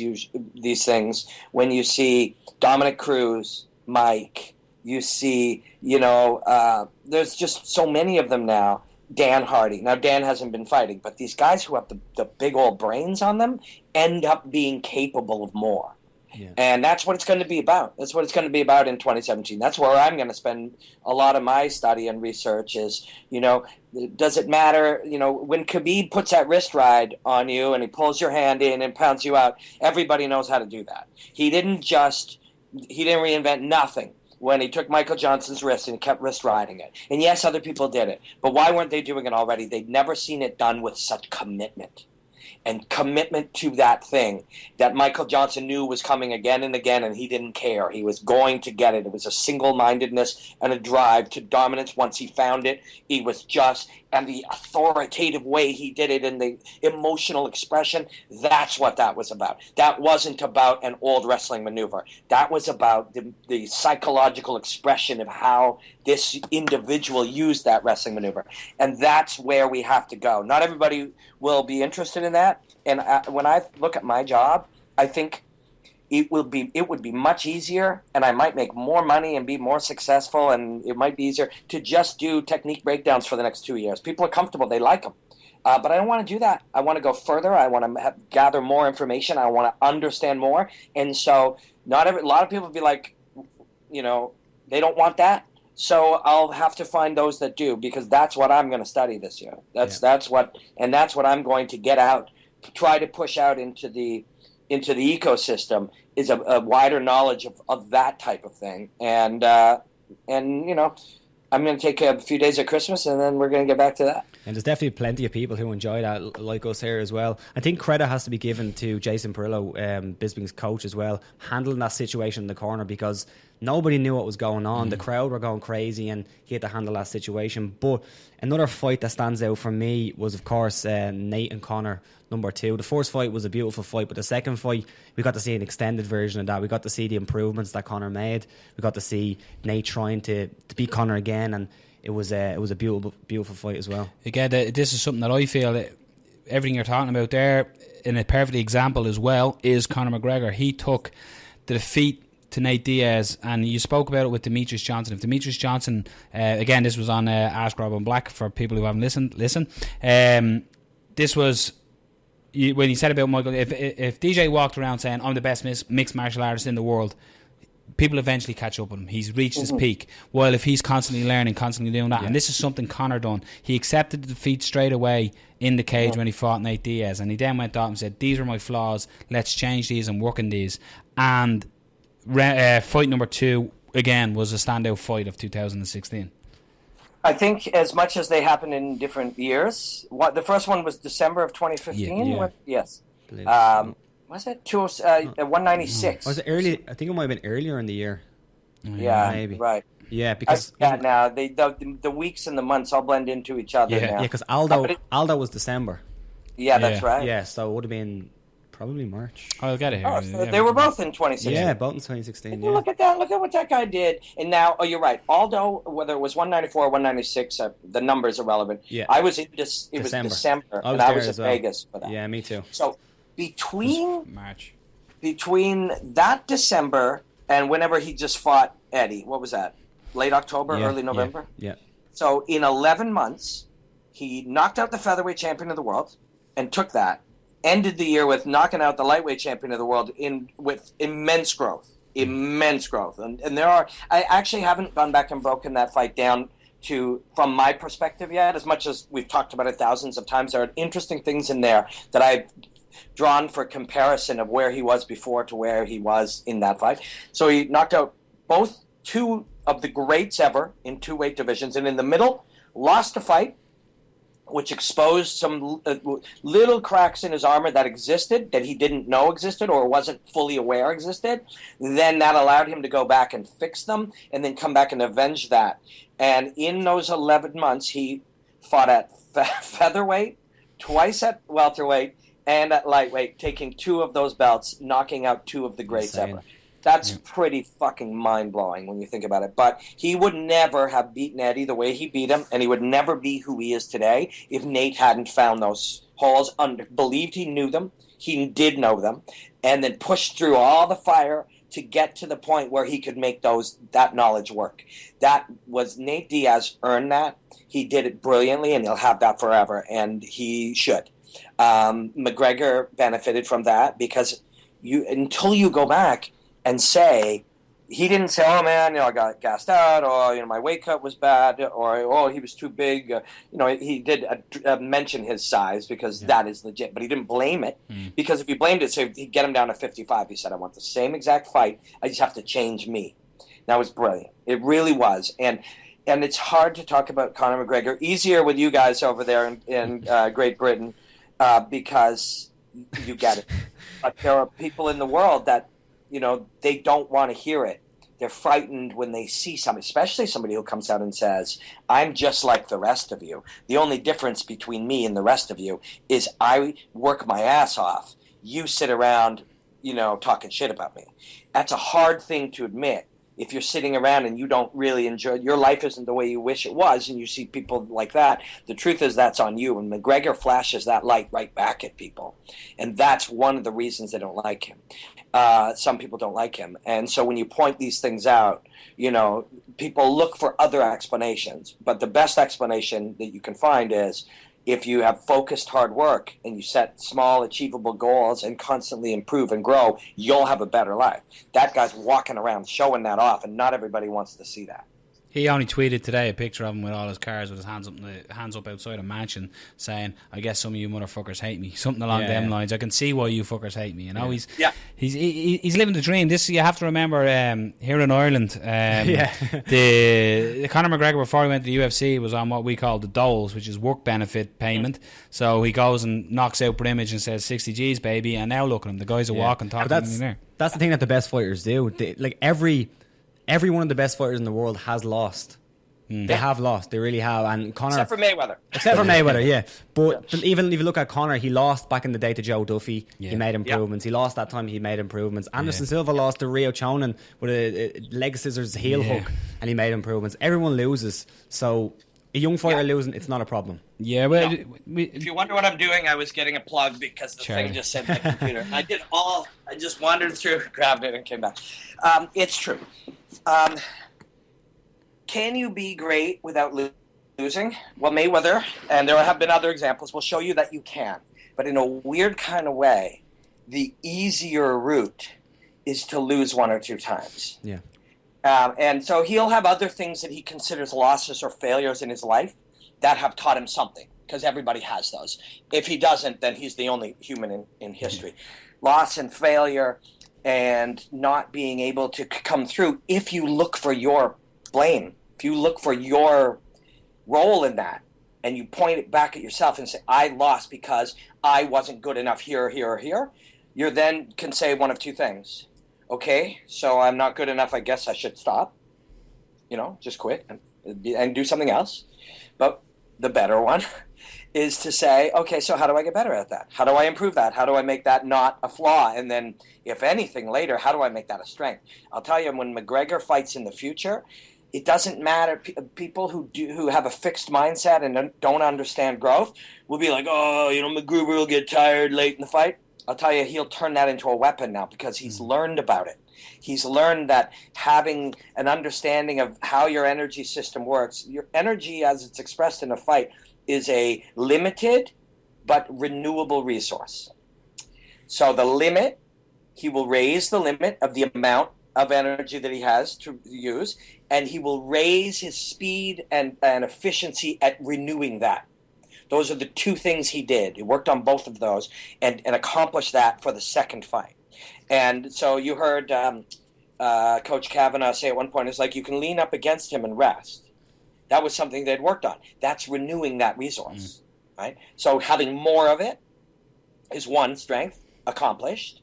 Using it more efficiently, something else he accomplished. That's the first thing he identified. I was inefficient with my use of energy. We got to learn how to use it efficiently, and then how to renew it better and faster, more efficiently. So all of those little things can be improved slightly once you spot them. So and Coach Kavanaugh was saying to me on the podcast, he's like, by the time we went into that fight, I could say to McGregor after a 6-minute round, what's your heart rate at? And he'd say 154, and he said I would take his heart rate and be like 153 or 156. He was bang on. Crazy. He understood his body, so its self-awareness was going. These things all are real.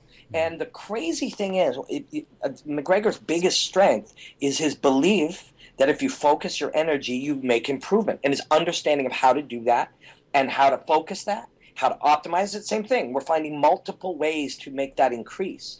I'm better at focusing it now. I'm better at use of it now. His practice is more deliberate. Max Holloway was saying that to me. He's like, it isn't just practice. I don't show up in sweat. He's like, I practice with a purpose. I learn with a purpose. So that becomes better. And that's basically McGregor's real strength, is his complete knowledge that if you identify something and focus on it, you'll improve it. Probably his biggest stress in life is now that he knows it, there's too many areas he'd like to improve. Yeah. And you can only do a limited amount at a time. Now, maybe that grows. Maybe you can do more things, improve in more areas at a time as you get more optimized in improvement. But for most of us, you can improve one or two things at a time. So, and there are some things that, upon improving them, help with everything. if you improve your ability to schedule your life and use your time more effectively, that improves everything. Suddenly training is better. Suddenly rest is better. Suddenly diet is better, you know? So there are grand areas of improvement that you can do. But this is what McGregor's done. This is what a young Max Holloway is doing. This is what Demetrius through Matt Hume is doing. This is what the best are doing. And this is happening in every single type of business or every single area in the world. And if you aren't one of them, you will be left behind. There will be the super fighters, the elite, super elite, and there'll be everyone else. And as it becomes more normal, every one of the top 400 that fight in the UFC will be like this. Once that happens, then you need to find some other area of improvement or greatness or study or knowledge so that you can differentiate yourself from the pack. Because once people know it, everybody starts knowing it. Everybody has a sports psychology consultant now. Everybody optimizes their training schedule. If you don't, you fall behind. Yeah, I think one of just on that, one of the fights that really stood out to us and kind of it leads from that was Lando Venata versus Tony Ferguson, two guys who are really on the peak of the evolution of MMA right now. Lando Venata came into that fight, nobody knew who he was except for the hardcore fans, and he went in and he almost beat Tony Ferguson in the first round. Eventually he got the arse choke, but it was another beautiful performance by Lando, and I know that you picked Lando to be your knockout of the year with that beautiful spinning back kick, but this fight was I think a surprise to a lot of people, but even if you take the surprise out, it was just a phenomenal performance for both fighters. It really was, and they both came out of there just better, because Tony would have had no idea he was going to be taken to those places. And you say, I'm getting ready for the best guy, and you say all the right things, I'm taking him real serious, I'm not overlooking these guys, all that stuff. But then you're in there getting dropped with a head kick with a guy that you haven't yet read, you haven't yet got a read on him. Lesser men start to fall apart, start to overthink it or underthink it, or don't get comfortable or get really tight, or just figure there's only one answer and just commit to that and get knocked. I got to take him down. And all of a sudden you're flying knee. Like, you're if you don't know that can happen and you're in it, only certain people are going to be capable of that. And Tony found out that he was. It made Tony an incredibly better fighter. That knowledge that if it has to go there, it's going to have to go where it's just let's go and see who's the better man. I can win these like this. And I think he knew that about himself, but it reinforced it. And then Lando, he just went in and said, I can beat this guy. And he was almost right. I called one of his fights in Pancrase in Japan, and I talked to him about it after. Very similar, free, and hard to understand, and hard to predict, and he said about a great fight. And he said about that one, he said he was warmed up, and then they kept pushing his fight back. So an hour later, they're like, no, you'll be later. And then 40 minutes later, they're like, actually, you might be next. And then they were like, no, you'll be the fight after this. So by the time he went in there, he'd warmed up and cooled down and been ready and not ready. And he said he went out, he had no adrenaline, he had no sort of that anticipation, that in the momentness, and he said he felt every single shot way heavier than you ever feel them because he was cold, right? And he still won the fight. He still won that fight. He took a lot of abuse, and then against McDessie, he just, I don't know. He's playing a different game. I'm not 100% sure he can explain it. I've spoken to him a few times, and he's like, and just kind of. I used an analogy talking about him. He said, I love that analogy you use. I use that now, and where I just said some guys are gripping the steering wheel really tight, just trying to take control, and he just lets that steering wheel go. He just lets it go. That car is going to go where it's going to go. And he said, yeah, man, that's what it's really like, And I looked at him. He seems like a bit of he seems like a California surfer stoner. Yeah. I have no idea if he surfs or smokes marijuana, but he looks like it. He does. He looks like he's just gone down to the shops for a pint of milk, and he happens to go, you want me to fight? No problem. Let's do that. Just a couple of notable mentions, fights for me. We don't have to go into too much detail because I do, before we let you on your way as well, because we know you're tight for time. We do want to get you to give us a quick thoughts on the return of Ronda. But just notable fights for me in the year as well was Holly Holm against Miesha Tate.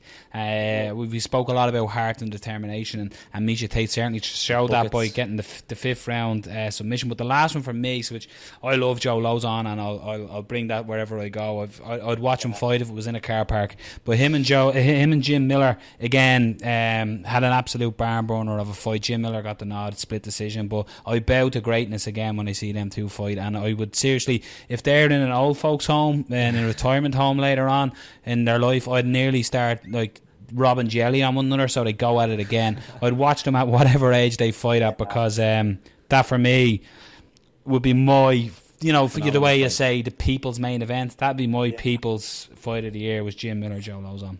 Yeah, and you know, who deserves that kind of appreciation more than guys like that? Yeah. You know, they're put on earth to fight. They're totally different guys. Yeah. Lozon is a fascinating guy. He's a very highly intelligent guy whose idea of, he feels from a statistical standpoint that fighting this way is safer and a high percentage way to fight for him. And who am I to say he's wrong?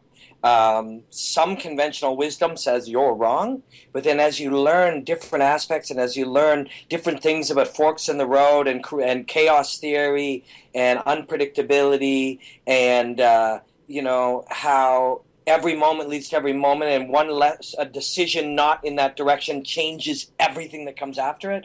Who are we to say that Joe Lozon isn't correct about that just because he's bloodied up all the time? You know, maybe that's for him authentically, not just it's there. He loves entertaining people. He loves being in that moment and experiencing what we see third hand. He's seeing firsthand. Yeah. Imagine what that feels like if you're somebody like this. Your enjoyment of watching him fight. Can you imagine if you enjoyed it that much or even more being in it? You know, that's who he is. And then Jim Miller is just the definition, like just such an admirable blue-collar worker. He puts a hard hat on his head, and he pulls some dirty work boots on, and he grabs his lunch bucket full of peanut butter and jelly sandwiches, and he walks the fuck out to the cage, and he fights you. Yeah, you know? It's a great description. And he's a brilliant... I'll watch that guy fight forever. And I saw it, you probably saw it too, he retweeted a Joe Silva exchange, and Joe Silva was like, you know, who's he fighting now? Who's Jim Miller fighting now? It's something good. Has it been announced? Let me check. Yeah, it is. It has been announced. I seen the Joe. I did see the Joe Silva post, and we said, "You're Jim." Yeah, and he offered him that fight, and he says, "Yeah, I'll take it." And he goes, "Of course you will. You're Jim fucking Miller. You've always been amazing to deal with. No manager, no like talking about whatever. So you want to fight this guy? Sure, I'll fight that guy. I think Jim makes, you know, over 100, hopefully closer to 200 a fight now. He's had 30 of them in the UFC. It's like, Dustin Poirier. He's Dustin Poirier. Zach, what a great you want to fight Dustin Poirier? Yeah, sounds good, Joe. Of course it does. Yeah. You're Jim fucking Miller. You've always been amazing to work with. Yeah. You know, there's a certain thing we see now. Tony Ferguson, who I'm an immense fan of, and I'm bigger all the time. And he's a cool guy too, and you know, he's a smart, interesting martial artist. But I see him, you know, waiting out the Khabib fight over money. I get that. I get it. You know, of course you want more money, but there's a certain another option, a Jim Miller option, which is just come through, and it'll probably all work out. Now, not everybody's going to get to do 30 fights, but I'm sure Jim Miller, if you go to Tapology and put in Jim Miller's name, and we look up how much he made in his last fight, I'm going to do that right now. I'm sure he's got to be making $150,000 a fight when he wins, and they're going to bonus him every He should be. Time. He should be, anyway. Should be. And by just choosing that route, you know, I'm sure he's a millionaire. Jim Miller Tapology. It's coming up. It's loading. Tapology, you know, Sherdog has always been the place to find who fought who and what was up. But these guys have specialized in it. I have never met any of them personally, but they just seem to have a real love of the numbers and of the stats and of the history and stuff.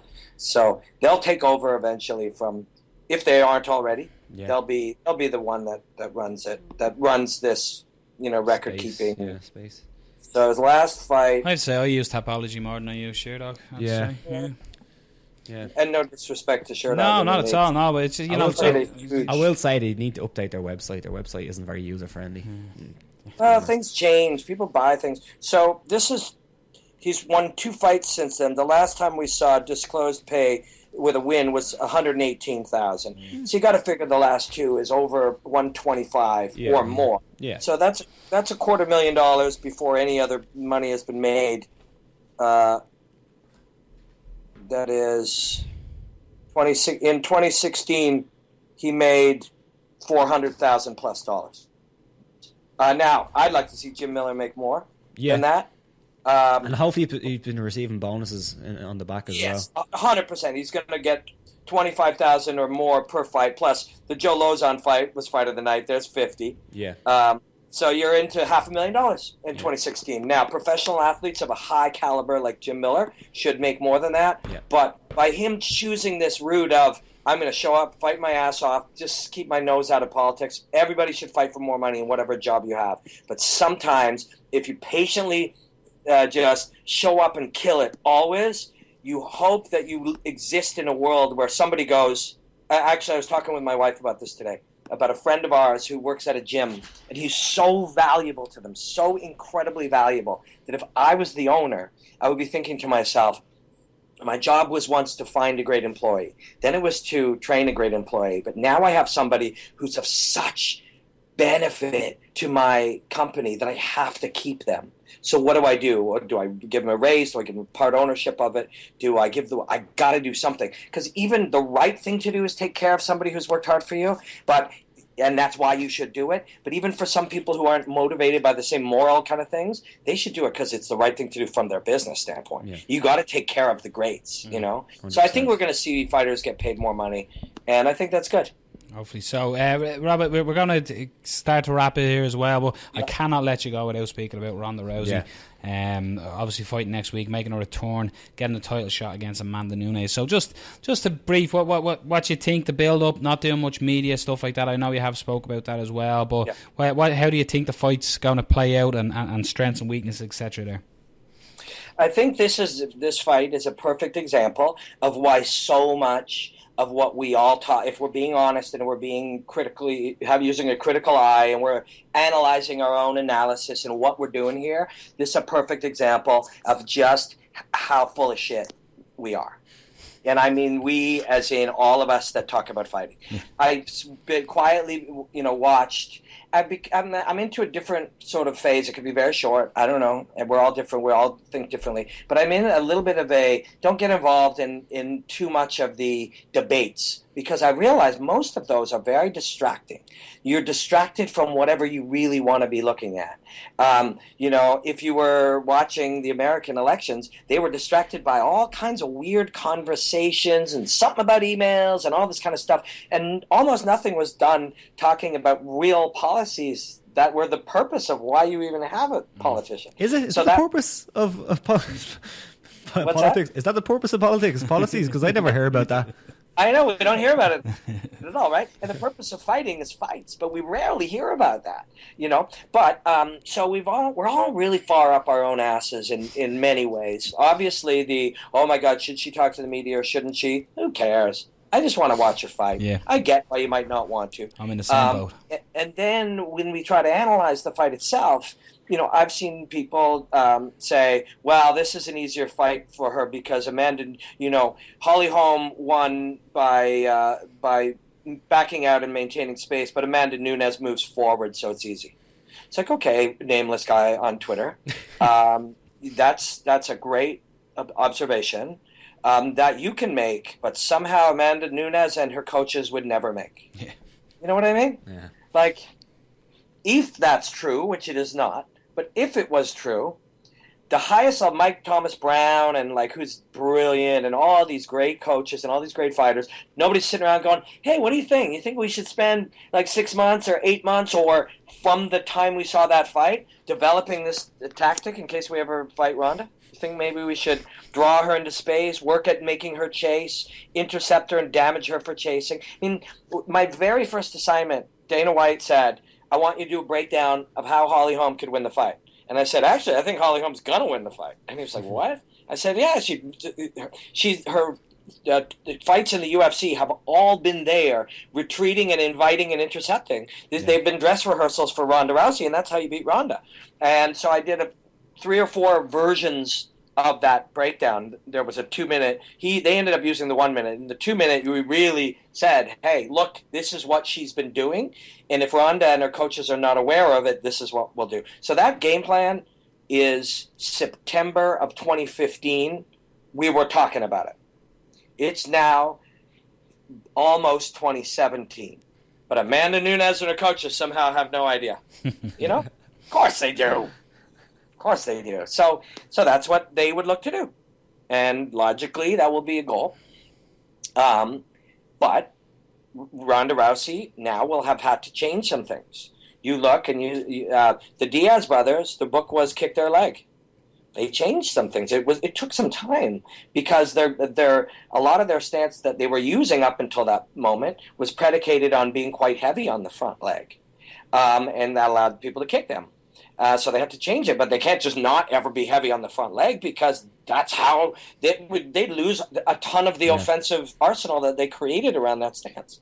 So they slowly over time work between shifting that way. You do see Diaz check kicks now. You do see them work and leaning back, but they had to develop that, when we do lean back, things come, we'll have to get a quality shoulder roll. And so the adaptations are not just check kicks. I can't check kicks or I won't be able to strike. I have to learn to change my distribution, my weight, so that when I'm checking and something comes, I've figured out we'll have to develop a quality shoulder roll and a right hook off of that. Okay, we'll build that. It takes time.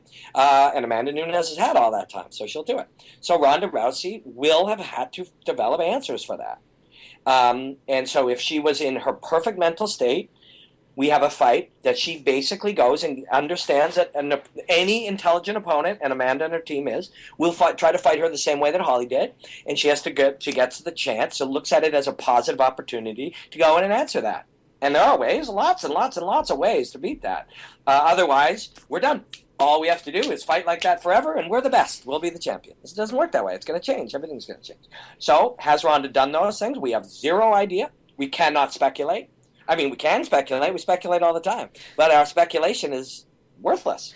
She should need to have developed that. Has she? Maybe. I mean, that's what we'll be looking for when we go to watch the fight is, has she done that? But, and like we talked about throughout the show, just that in a vacuum is absolute bullshit. So if you take what I just said and you don't apply any other observation to it, I've just told bold-faced lies about bullshit. Because the truth requires you to understand where her mind is at. Because if she were a robot that we just programmed to go and counter this, moving away and intercepting thing, we would program the robot and it would either win or it wouldn't win. But she's not a robot. She's a human being who has seemingly developed. And maybe if the unwillingness to talk is because she's like, fuck you, I'm not going to talk. I'm about fighting. Great. If it's like an anxiety about talking, which the only evidence of that is when she stormed off the stage. I know I was one of the first to mention it, but Dave Meltzer, who is a very stable and very, he's a credible journalist, confirmed it, that she had to be consoled in the back after that march off. So that's one piece of data.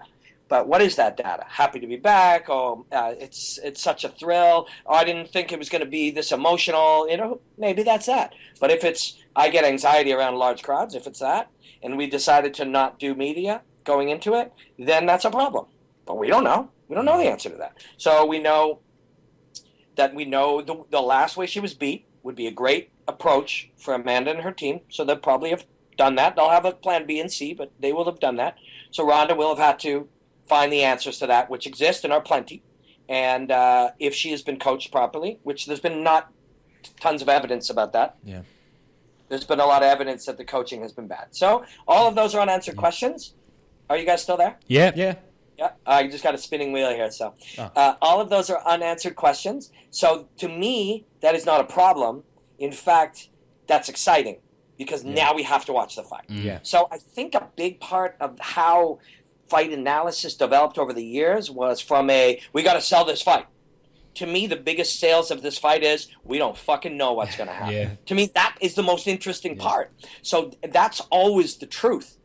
Analysis tends to, guys patting themselves on the back, talking about how my God, I'm Robin Black, and I think Lyoto Machida slipped that body kick in because this, and this. Look how smart I am. It's full of shit. The truth is we don't know. And not knowing is the most exciting part about the fight. And that type of honesty, I think, if you look at it, it opens up so many more possibilities.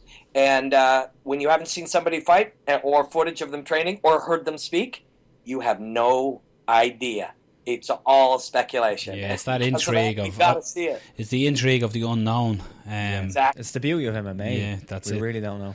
It's like young fighters. When young fighters go away and they come back 3 months later, they're a different being because they've learned so much in between fights. Robin, we're going to thank you so much for your time. You've stayed on well longer than we agreed when we called you. So listen, again, thank you very much for taking the time. I do want to address you too. We have a guest coming on after you that we're going to call here. He's a young guy. He fights out of Next Generation in up in Northern Ireland, Belfast. His name is Rhys McKee. He won the BAMMA Lonsdale title there on Bellator BAMMA show that took place last week here in Dublin. Check him out. Go on to YouTube, look at his videos. Rhys McKee, so it's spelled RHYS MCKE. I've seen his name for sure. I've seen his name and I've heard other people mention it. Yeah. Is there 2 or 3 particularly brilliant performances that he's had? His last one was really, really good for the title win. It was a knockout win over a very good guy from the UK who's unbeaten. So check that one out. Early or was there some time in the fight? It was in the mid-first. Yeah, it was mid-first. It was a stoppage for a groin strike, and they went back at it. But he was on the back foot, and a lot of people thought he was losing. But he was on the back foot intentionally. He likes staying on the outside. But the great story about Rhys is, Robin, he turned professional 15 months ago. He's now 5-0 and a champion of BAMMA, which is one of the biggest promotions in Europe. Yes, it's an incredible story what Rhys is, and I'd nearly say check out all his fights because all his fights are finishes. Yeah. Cool. I'll do a little bit of a mini breakdown on him before next time I see you guys. Cool, that would be awesome. And because we told Rhys you were on just before him, and he was like, "Oh my god, I fucking love that guy." So I was like, we're going to have to drop your name to him. So yeah, I'm looking forward to seeing his fights. The biggest thing for if you're 5-0 or you're young and it's happening fast is to contextualize patience in your life. Like, who are you going to be in 3 or 5 years is going to rely on how well you learn and how driven you are to be great in 5 years. And sometimes that's hard when you're already great. Yeah. I have to say, that BAMMA are returning to February in Belfast, and that's his hometown. But he's already addressed with us that that's too soon for him because he got banged up in the fight. So he's got, as much as he's saying it's the dream to defend his belt in his hometown, he's smart enough to realise this is too early for me. He's an absolute special. I said it, we've said it from the show here. We've talked about him a long time. He's an absolute superstar, and I said I have to tell you about him because check him out. I have already heard his name. There have been people talking, and there was definitely a time where I was way more aware of the guys outside of the UFC. Even that's where we bring in that's why I was breaking down Conor McGregor before he came in, and Doo Ho Choi before they came into the UFC. But now, because my job, we are a broadcast partner for the UFC. Yeah. My job is to go deep with what we have, so I get less chance. Even in Canada, I don't get as much of a chance to see the young, exciting things. But what I can tell you is the next level is so advanced already. Like, it's so unbelievably advanced. And when you talk, there are the thing that is valuable for him to know is that there are 15 of him out there. Yeah. There's one in Middle America, and there's one in Brazil, and there's one in Japan, because that level is high. Yeah. And so his goals is to outwork and out-evolve those 15 over the next 5 years, because the guy who's going to be the, whatever you want to say, the Conor McGregor or the world, the life-changing star, is not competing with the top guys now. He's competing with the other guys like him, the other exciting stars that are coming in their first 4 or 5 fights, able to do things that it took 20 years of knowledge and evolution for other fighters to learn. So there's others like him out there. Once he knows that, he's now in a knowledge acquisition race against them to outlearn them and out-evolve them by 2020. You know what I mean? And that's exciting. And I'm gonna be breaking these guys down. Yeah. And we're gonna be catching up with each other every few months and talking about them. Yeah. Cool. Listen, Robin, again, thank you so much for your time. Very much. Thanks, guys. Enjoy the holidays and have a happy new year, and enjoy the fights as well. Yeah, it's great seeing you guys. And have a great one, guys. We'll see you next year. Enjoy the hostilities, my friends. Take care of me, man. Thank you. Love it. So there we are, Robin Black, what a man. Again, Yeah. we originally spoke to Robin, we said 10, 15, maybe 20 minutes. Probably I'd say an we're hour. a good hour in there with Robin. So we're going to dial up Rhys here. We're going to go straight in live, I think, with Rhys rather than editing it up. But it's great that straight away Robin was like, straight away giving information. Like, oh yeah, I've heard of this guy, you know. So that's pretty cool. So, And that's us dialing. I feel like I'm on phone jacker now. Hello, I'm a mouse. Here we are now. No bad language, you're on straight away. Sorry for delaying you, Rhys. That is a beautiful Christmas jumper, That is is it? beautiful. You like it? It's, I try to make it not too OTT Christmas, so it's kind of discreetly Christmas. So, ladies and gentlemen, you'll know him by now. If you don't, cop on. It's Rhys McKee. Rhys, we literally just hung up from Robin Black, and we finished by speaking to him about mentioning your name.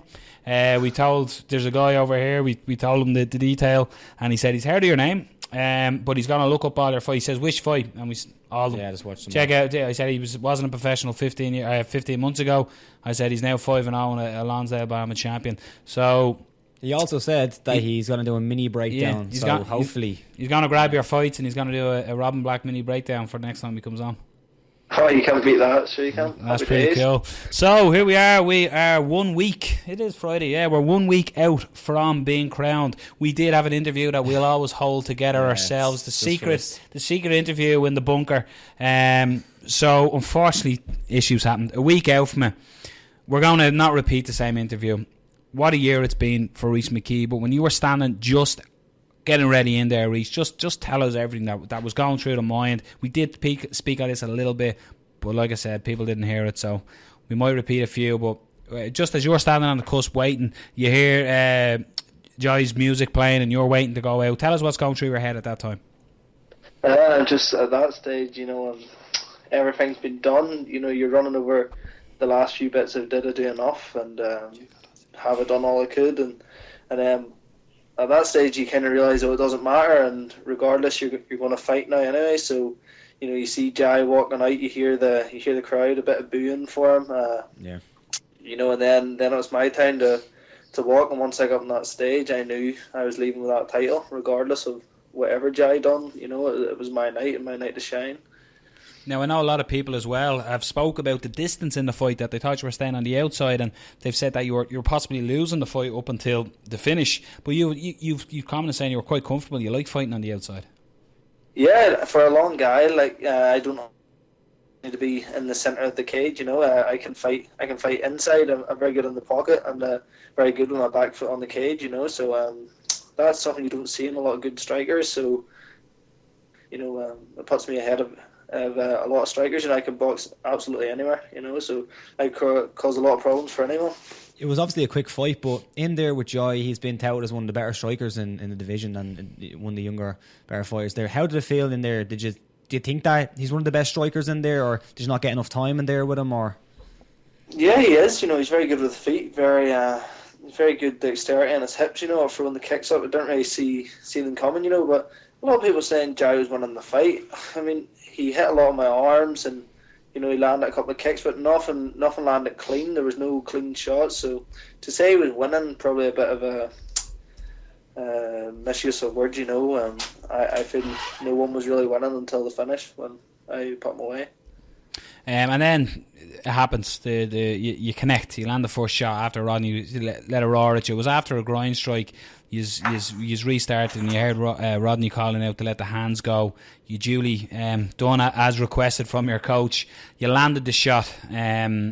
What was that when it landed? Just tell us. Talk us through that moment, the combination. I'm sure you've watched it back, so it might refresh it in your mind. So talk us through that moment, that combination.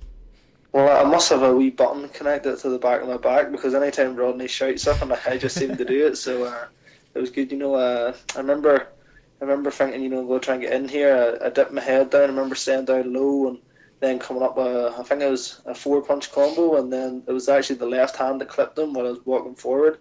I didn't really feel the shot, to be honest. They say, once you land that money shot, you don't really feel it, and that's true. I just remember seeing him going down, and it basically goes from 10 mile an hour to 100. Just hunting for that finish, and I felt big Leon Roberts Yeah, you mentioned in the last crashing interview. into my back. You mentioned in the last interview last week that you had a couple of niggly injuries coming out of it. How are you feeling now? Is there any damage done where you need to take some time off, or what's the crack? No, I'm good. You know, my foot was like a balloon there, but finally the swelling's coming down. It's not as black, so you know, I think we're doing a training session next Wednesday. We're back to it, so now I'm good to go. You know, I've also had a think about Belfast, and you know, the defence is going to be in Belfast. You know, it's I'm really looking forward to Belfast. You know, I had a few days to think about it, and you know, you think I was hungry to win the title. Wait till you see me defend it. You know, nobody's getting it. That was something that we spoke about in the famous last interview. Was that you felt that maybe Belfast was too soon because of the injuries, but now the few days have passed. The injuries are looking like they're not what you thought they were, maybe, and Belfast is happening, is it? Yeah, Belfast will be happening. You know, there's no opponent. Like there's none of that yet. The injuries are nothing. They're non-existent at this stage. I have a lot of good plans. You know, next year I'm hoping to get some part-time work and go full-time MMA, and you know, the defence will happen in Belfast, all being well, and it's going to be a great year. Yeah. Is there any truth actually in a rumour? I heard a rumour that when Norman pulled out injury with an injury against Decky Dalton, that your name was thrown in the hat. Is there any truth in that? I had the fight accepted. I was good to go. Then unfortunately, the tragedy that happened in the family, you know, it didn't go ahead, and Peter Quillies took the fight. But yeah, I was I accepted that fight. I asked for that fight, you know, so I was ready to step in, you know. Do you think that would be a fight that you'd be interested in getting again? No, not no more. I think he's on a two fight losing streak, you know. No offense to Decky, but I want guys in winning streaks, and you know, I'd like to fight a UFC vet this year as well. You know, I've got big things in my plan, so I'm coming for the top dogs. The first time you were on the show with us, you mentioned about working, and young fighters should have something to fall back on. They shouldn't just, you know, go full time straight away. Do you think it's, as you said, it's your time to go full time and maybe get a part time job just to, you know, put full commitment into this? I think so. You know, my sponsors are amazing. You know, like I'm not sitting here minted with a scary bank account or anything, but you know, I don't mind having that little bit of struggle to train full time. That's what I want to do. It's the first time in my life I felt I've had a passion, and I think, you know, I'd be kicking myself if I never had a real good go at it. I think now is the time. A lot of people are telling me it's the time, so you know, I'm hungrier than ever to go full time. You know. And there's a help as well, like with obviously Alan fought Duke O'Maw, and I know Alan was away in Liverpool as well, but looking like having Norman Park in your gym, who obviously got to the highest level, and I'm sure is looking to climb back there. Norman only turned 30, so he's still plenty of time to get back. Headlining as well, the Belfast card against is Paul Redmond. Is the camp again? Is that something that maybe what Alan Philpott's doing, you know, going and travelling and doing a little bit of training somewhere else just to pick up outside information, or are you happy with everything that's been shown in Next Gen, if you know what I mean? Not that it's not being shown right, but just to experience a different voice and a different look. Yeah, you know, I'm cool at home, but I'm definitely trying to go to Liverpool for a few weeks with Alan. You know, after this fight, I would also like to try and do a fight camp out in America. No, I'm definitely open to both options, but I'm happy at home. You know, I think we've got all the training we need, and you know, as Rodney always says, it's sometimes, you know, it's what you do on the mats and not who all's on them, etc. So, no, I'm cool with both. You know, I'm definitely on for going away traveling as well and getting some training in. Is there any particular affiliation with any clubs in America, or do you have any contact over there? Is there some camp that you're looking at, or just whatever one, you know, fits? Well, obviously we've got our affiliation with Next Gen, so that's in Texas. So I'd maybe go there, but I also like the idea of going to Winklejohn. I'd like to go there, you know, and maybe Alliance, you know. You see, a lot of options in America, you know. Tom Duquesnoy goes over. He spoke that as well about going off to Jackson Winklejohn as well, and then he does some training back with the Man of Shadow in France as well. Rhys, I'm going to wind it back because, you know, this is our end of year show, so I think, you know, I always say you have to look backwards to look forward. You know, when you look at it, it was the 19th of September that you stepped in to fight John Redmond, making your professional debut at welterweight. You know, when you fought Alex Mizuki, then you had probably, no disrespect to the other fighters, but you were put in very tough positions against Sean Luther in when you fought over in the UK. But just talk us through the year, like, because I know you're hashtag 1-0, hashtag 2-0, and you're now hashtag 6-0 with the title defense coming up. But just talk us through the year of Rhys McKee, because I do have to say, before we let you talk about that, is we're doing the year of the very prestigious, obviously, Fight Talk award, and we've done Fighter of the Year stuff, and we've called what we've called Regional Fighter of the Year, and you're top of that chart. Just for what you've done, you've gone 5-0 in 15 months. Finishes. You're on a 7-fight win streak. Like, when you look back, the last amateur fight, was that in Battlezone? That was Battlezone, yeah. So that was the tournament, wasn't it?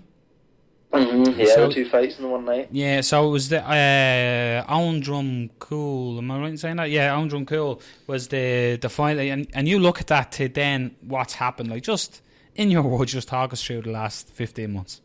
I can't even, if I was to write out and say how I'd want it to go, I would have wrote something probably opposite, but it's went absolutely perfect. A lot of short notice fights, fighting away.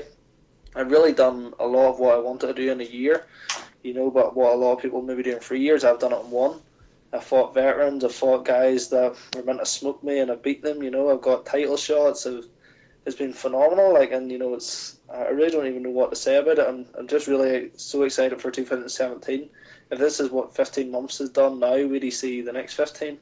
It's going to be phenomenal. One thing that Robin did say when we were talking to Robin about you, he said he obviously heard your name, but he has to look into it more. He said because he works with sort of affiliated with the UFC, he looks at that, so he hasn't been looking outside the UFC. But he did say the one thing, if he was giving you advice, was to say there's 15 other guys of you. One's in Central America, one's in South America, one's in Thailand. You know what I mean? And he's saying there's guys like you, so you have to realise you're not in a foot race against the guys in your regional scene. You're in a foot race against the other superstars in other regions. And once you can address and know that yes, the things you've accomplished, 5-0 champion, they're incredible. You have to realise as well that there's other guys doing the same thing, and your work ethic to get past that. I know by speaking to you and by the way you fight and everything that there's not a question there in the work ethic. But that is, I thought that was really smart insight to realise that, there are other Rhys McKees out there that are doing this in their area, in their part of the world, Yeah, there certainly is. There's, there's many similar fighters. In my opinion, there's no other Rhys McKee, and no one will do it quite the way I do it, and just my opinion. But at the early stage of our pro careers, there will be a lot of 5-0s, and a couple of 5 finishes, But as we get to 6, 7, 8, that's when they'll start to narrow down, and you'll start to see like me coming through, and eventually I'll be the number 1 prospect, and eventually it'll wind down, and it'll just be me and maybe 1 or 2, I've a couple of small quotes here. This is from an SBG fighter, Peter Quealy. He said, "There's a kid who's doing it right. Not easy fights, no record padding, no silver spoon. Fans don't really see it. Not all roads are equal." And that's a picture of you with the belt getting wrapped around you. We had Chris Fields on here last week, and we're speaking away to Chris, and we were saying, so we spoke about the fight pulling out, all that, and we said, okay, so you're a spectator. Who stood out for you? And he said, I've been watching Rhys McKee for a long time. He said, this kid's a superstar, and basically what we echo, the world is your oyster. So with these things being thrown at you, do you find that distracts you, or are you catching the bouquets, or are they making you hungry? Making me hungrier, like Ian started, and all these like Peter Quealy and Chris Fields, they're great athletes, people I grew up watching in the local circuit, and they're throwing compliments at me like that. It's it's kind of inspiring too, and I just like to thank them for their comments. It really does keep me going, and it's nice. I'm from a different club, a different camp. A lot of people would think we're rivals and stuff, but like for them to come out and publicly say stuff like that, it's a real honour for me to hear that. And that's one thing I would say. It's crazy. Like, we have a good few people here who went to MMA and stuff, and in our offices and stuff. And when I'd say certain shows are on, they'd always say, "Is that young Northern Irish guy fighting? Rhys, is he fighting?" Yeah. And they all, it's crazy that here it happened. I'm not comparing you to Conor McGregor. Let's not go that way. But it started to happen like that, where you count in the scene, and all of a sudden your name gets recognised. And I believe when you went out after, you got absolutely swamped by fans. Is that right in saying? Massively so. I've never experienced that. Flip it ahead and what to do. I just walked past the curtain and swarms. I'd say each aisle in the free arena, maybe 50 people coming down each aisle.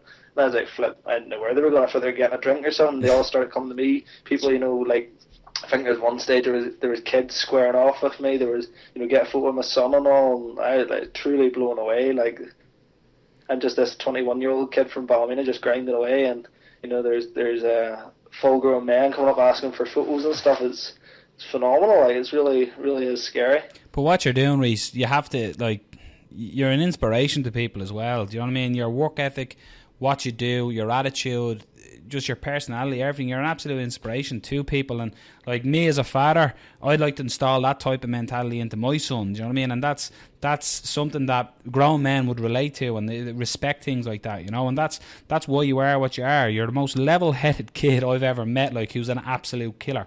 And it goes to this stage where, people will be coming up and talking to you. You will be recognising them in Belfast. Can you imagine what it's like when you defend that belt in Belfast? Oh, flips! It's going to be unbelievable. The reception I got in Dublin, as I was walking out, was like bizarre. I looked at Rodney and kind of goes, "Is this for me?" And he just like laugh it up. Belfast, the roof's probably going to blow off the place. Yeah, when you had your pro debut against John Redmond in the Tree Arena, it was a huge stage, obviously. But did you think my next three of my next 5 fights will be in huge arenas? Or are we expecting, okay, this is going to be a one fight deal, we do a big one, and then I'll be back to fighting in the smaller venues until I get to like 7 or 8 now? To be honest, I did think I'd go back to the local circuit and all. And then obviously when I heard BAMMA were coming back and they wanted me again, I was like, but maybe I'm done with the wee shows, and now I'm definitely not a small show fighter.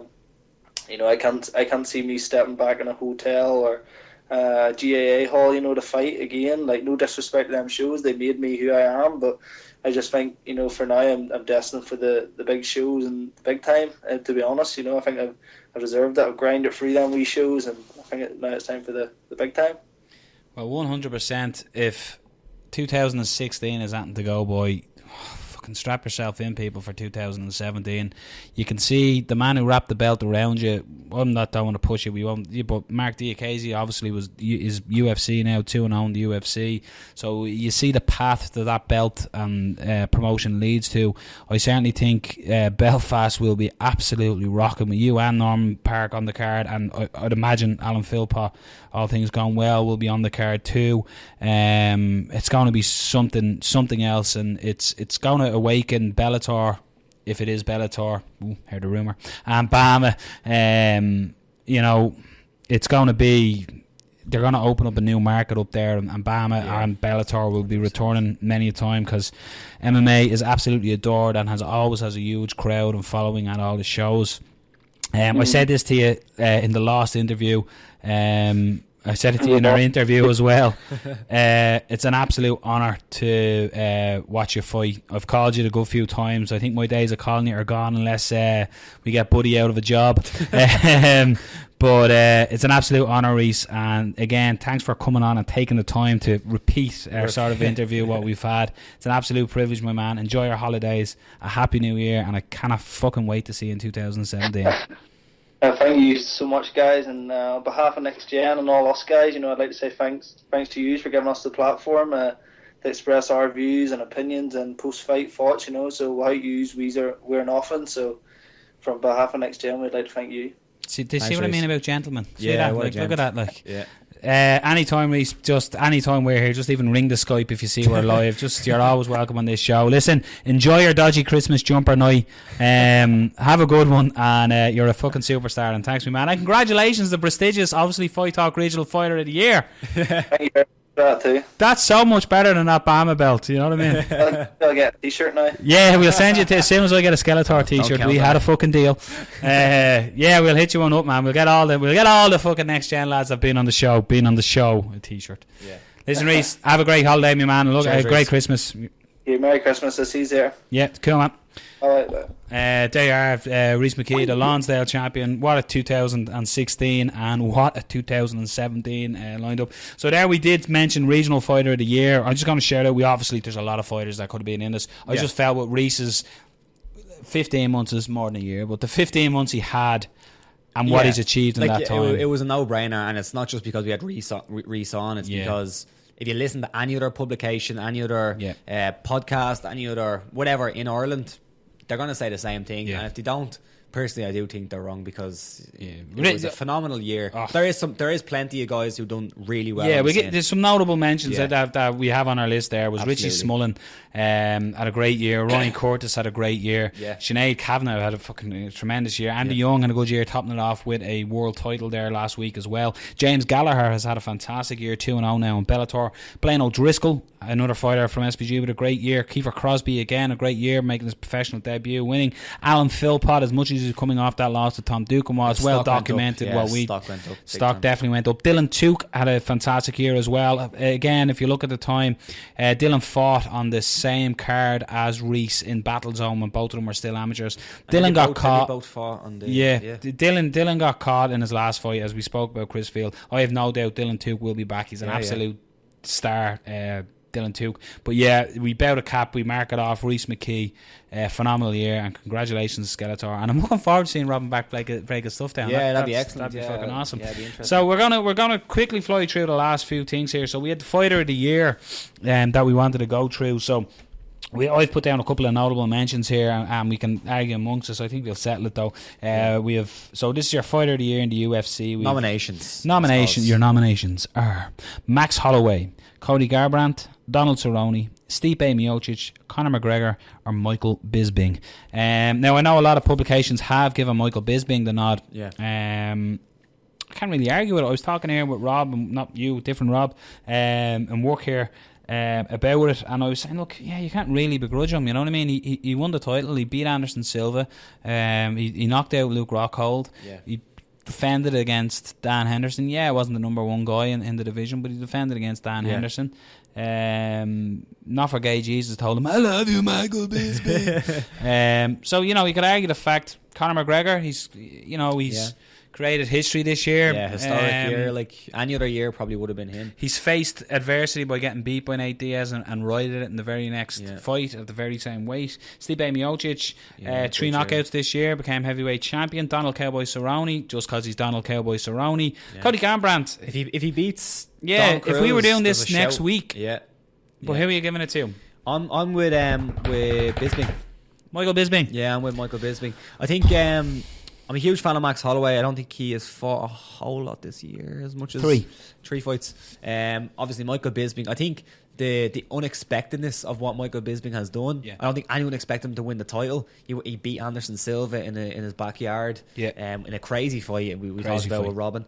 But Michael Bisping. I think it's just been a phenomenal year for him. I think Conor. I wouldn't disagree if somebody gave it to Conor, because he's made history. He did have that loss in there, but he's made history. Michael Bisping for me, fighter of the year.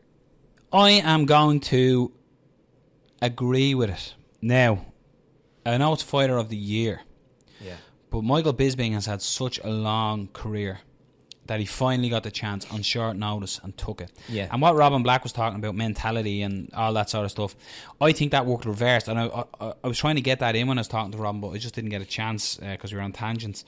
But I think Luke Rockhold done the opposite to himself. He kept saying, you've no knockout power. So he believed that, and he got fucking knocked out. So I just think Michael Bisping, because of the career he had to get to the pinnacle, he took his chance, he took it. Dan Henderson wasn't the number one fighter, but I can't begrudge Bisping it. I think Bisping, fighter of the year. Conor McGregor, historic. Conor McGregor's going to go down. Dana White today said Conor McGregor should be considered the best pound for pound fighter in the world. To be fair, and again, we don't, we try to be as impartial as possible. But if you actually look at the stats, you look at the fights, you look at what he's done, it's a historic achievement. Conor McGregor is the biggest MMA superstar at the moment. That's just not debatable. I just think, Bisping, he's gone through it all in his whole career, and this year the stars just aligned. If we want to get romantic and fucking starry-eyed about it, everything just aligned for man. It was a perfect momentum, and he rode that momentum, and he's the champion. I just feel sorry for him fighting Yoel Romero next, but I agree. Michael Bisping, by a smidge. I was gonna say something dirty, but I won't. Sub of the year, submission. I only have 3 down as what I thought were big. I'm gonna go Diaz McGregor. Just because it showed the holes in the game, and we've argued this. It wasn't really a hole in the game. He was exhausted at the time, so you can't really bring his jiu-jitsu into question. But it was just the moment again, the big build-up to it, what it was, the height of the moment. It was the biggest ever thing that like fighting MMA, and fucking hell, Diaz done it after getting blasted in the first round. Incredible fight. We all know Conor righted it in the second fight with him, but I just thought Diaz McGregor, choking out McGregor, was huge in MMA. Huge. Josh Barnett getting choked out by Big Ben Rothwell. Yeah, that was go-go choke. Yeah, the go-go choke. That's the one that Robin had on his top list, and then Home versus Tate. Yeah. I'm gonna go with Barnett Rothwell. I think it was. I think as well. I do agree with what you said. I think putting into perspective of how big the fight was, how big the moment was, I think that is a thing. I don't think it's just. Am I right in saying Josh Barnett was never stopped by submission though? So that I believe so. Another thing, And then Josh Barnett a couple of months before that he beat Dean Lister, wasn't it? Dean Lister in a submission. Former guest Dean Lister. Yeah, former guest. And it was just it was a beautiful submission, but also nobody submits Josh Barnett. No, so it was a huge moment for. And it was a beautiful choke as well, because watch Robin's breakdown as well of it. He was saying basically, because when you go for the takedown, you leave your head in a certain position. The fighters had altered that, and we're in this position, and Ben Rothwell altered the submission to get it. So fantastic. It's such a painful one as well, because you're basically crushing their throat with your fingers. Like I just think Miesha Tate was a notable mention, because she literally pulled it out of the fire. That was great. Knockout of the year. This is a fun one. Well, I'm going to fly through them. So we've Lando Venata versus Movahedi. That just happened the other day. Wheel kick. Michael Venom Page flying knee against Cyborg. These are a couple of ones that I absolutely loved. Was Dahuna getting knocked out by Bossy A. That was a phenomenal knocking out. Yeah. Tyrone Woodley's knockout with Robbie Lawler. The man who doesn't really... Last time he was knocked out, I think, was against Nick Diaz. Michael Johnson's finish at Dustin Poirier was absolutely phenomenal as well. Punches again. Lineker knockout of McDonald. That was nasty. Vicious. We've been spoiled. Is a nightmare. Yep. Jimmy Manoa knocking out St. Peru. That's again folded him like a deck chair. Michael Bisping knocking out Luke Rockhold. We spoke about it. Big moment. Took the moment. Short notice. Boom. Knocked him out. Lahat. The flying knee against Rivas. That was a beautiful flying knee. So they're sort of my picks. Is there anyone you would add to? Well, no, that's unfair. It wasn't my picks. This was their picks back and forward to one another. There was one that we talked about. We didn't write it down. I think we didn't write it down. Chandler over Pitbull. Yeah. With just a beautiful. It was again. It wasn't a flashy knockout. It was just a bread and butter right hook. Well, that's sort of what Bossier was as well, very, very and Michael Johnson. They were just sort of. They're not the big flashy like Venata is fucking flashy at its highest. Just beautiful basic technique. Yeah. Destruction. It was Mike Tyson-esque. Yeah. So, was. Who are we going? Who's your knockout of the year? Lando Venata. Come on. That's... Yeah. I have to. That was just absolutely perfect. You had me against the wall here. It was perfect. It was perfect. Any other... I suppose, time we would have debated whether... Lando Venata. Remember we debated Lando Venata or... Barboza. Barboza. Sorry, I'm away from Mike. Any other year, Barbosa would have won that knockout of the year, because that was phenomenal. So I think if you're comparing that with the Barbosa one, you have to. Come on. But see, my only argument in it would be No, it's not even a fucking argument. Now that I look at it, no, it's not. Yeah, Lando Venata. Yeah, Lando Venata, knockout of the year. Yeah, I can't argue with it. In fairness. Yeah. So yeah, that's it. That's it. What a year. Yeah. So look, this has been a long one. We weren't expecting it to be, but things worked out nicely. We don't want to cut Robin Black off. No. The man is fucking awesome. Yeah. So check out Ask Robin Black on the tunes of iTunes and all that, everything. Follow Robin Black. Tweet him, he tweets you back. He's the coolest man in MMA, like he really is. What did he say? Tweet you and he tweet you. I don't know, whatever. But yeah, look, listen. This is something that we started back in January of 2000. This year, 2016. Yeah. It's something we love doing. We're just friends talking MMA. If you like it and you feel like it's something you like, it's something you like listening to, share it and get it out there. We don't have a budget to share it. We're not begging, but just. We don't have a budget. Yeah, we don't have a budget sitting in this big, huge.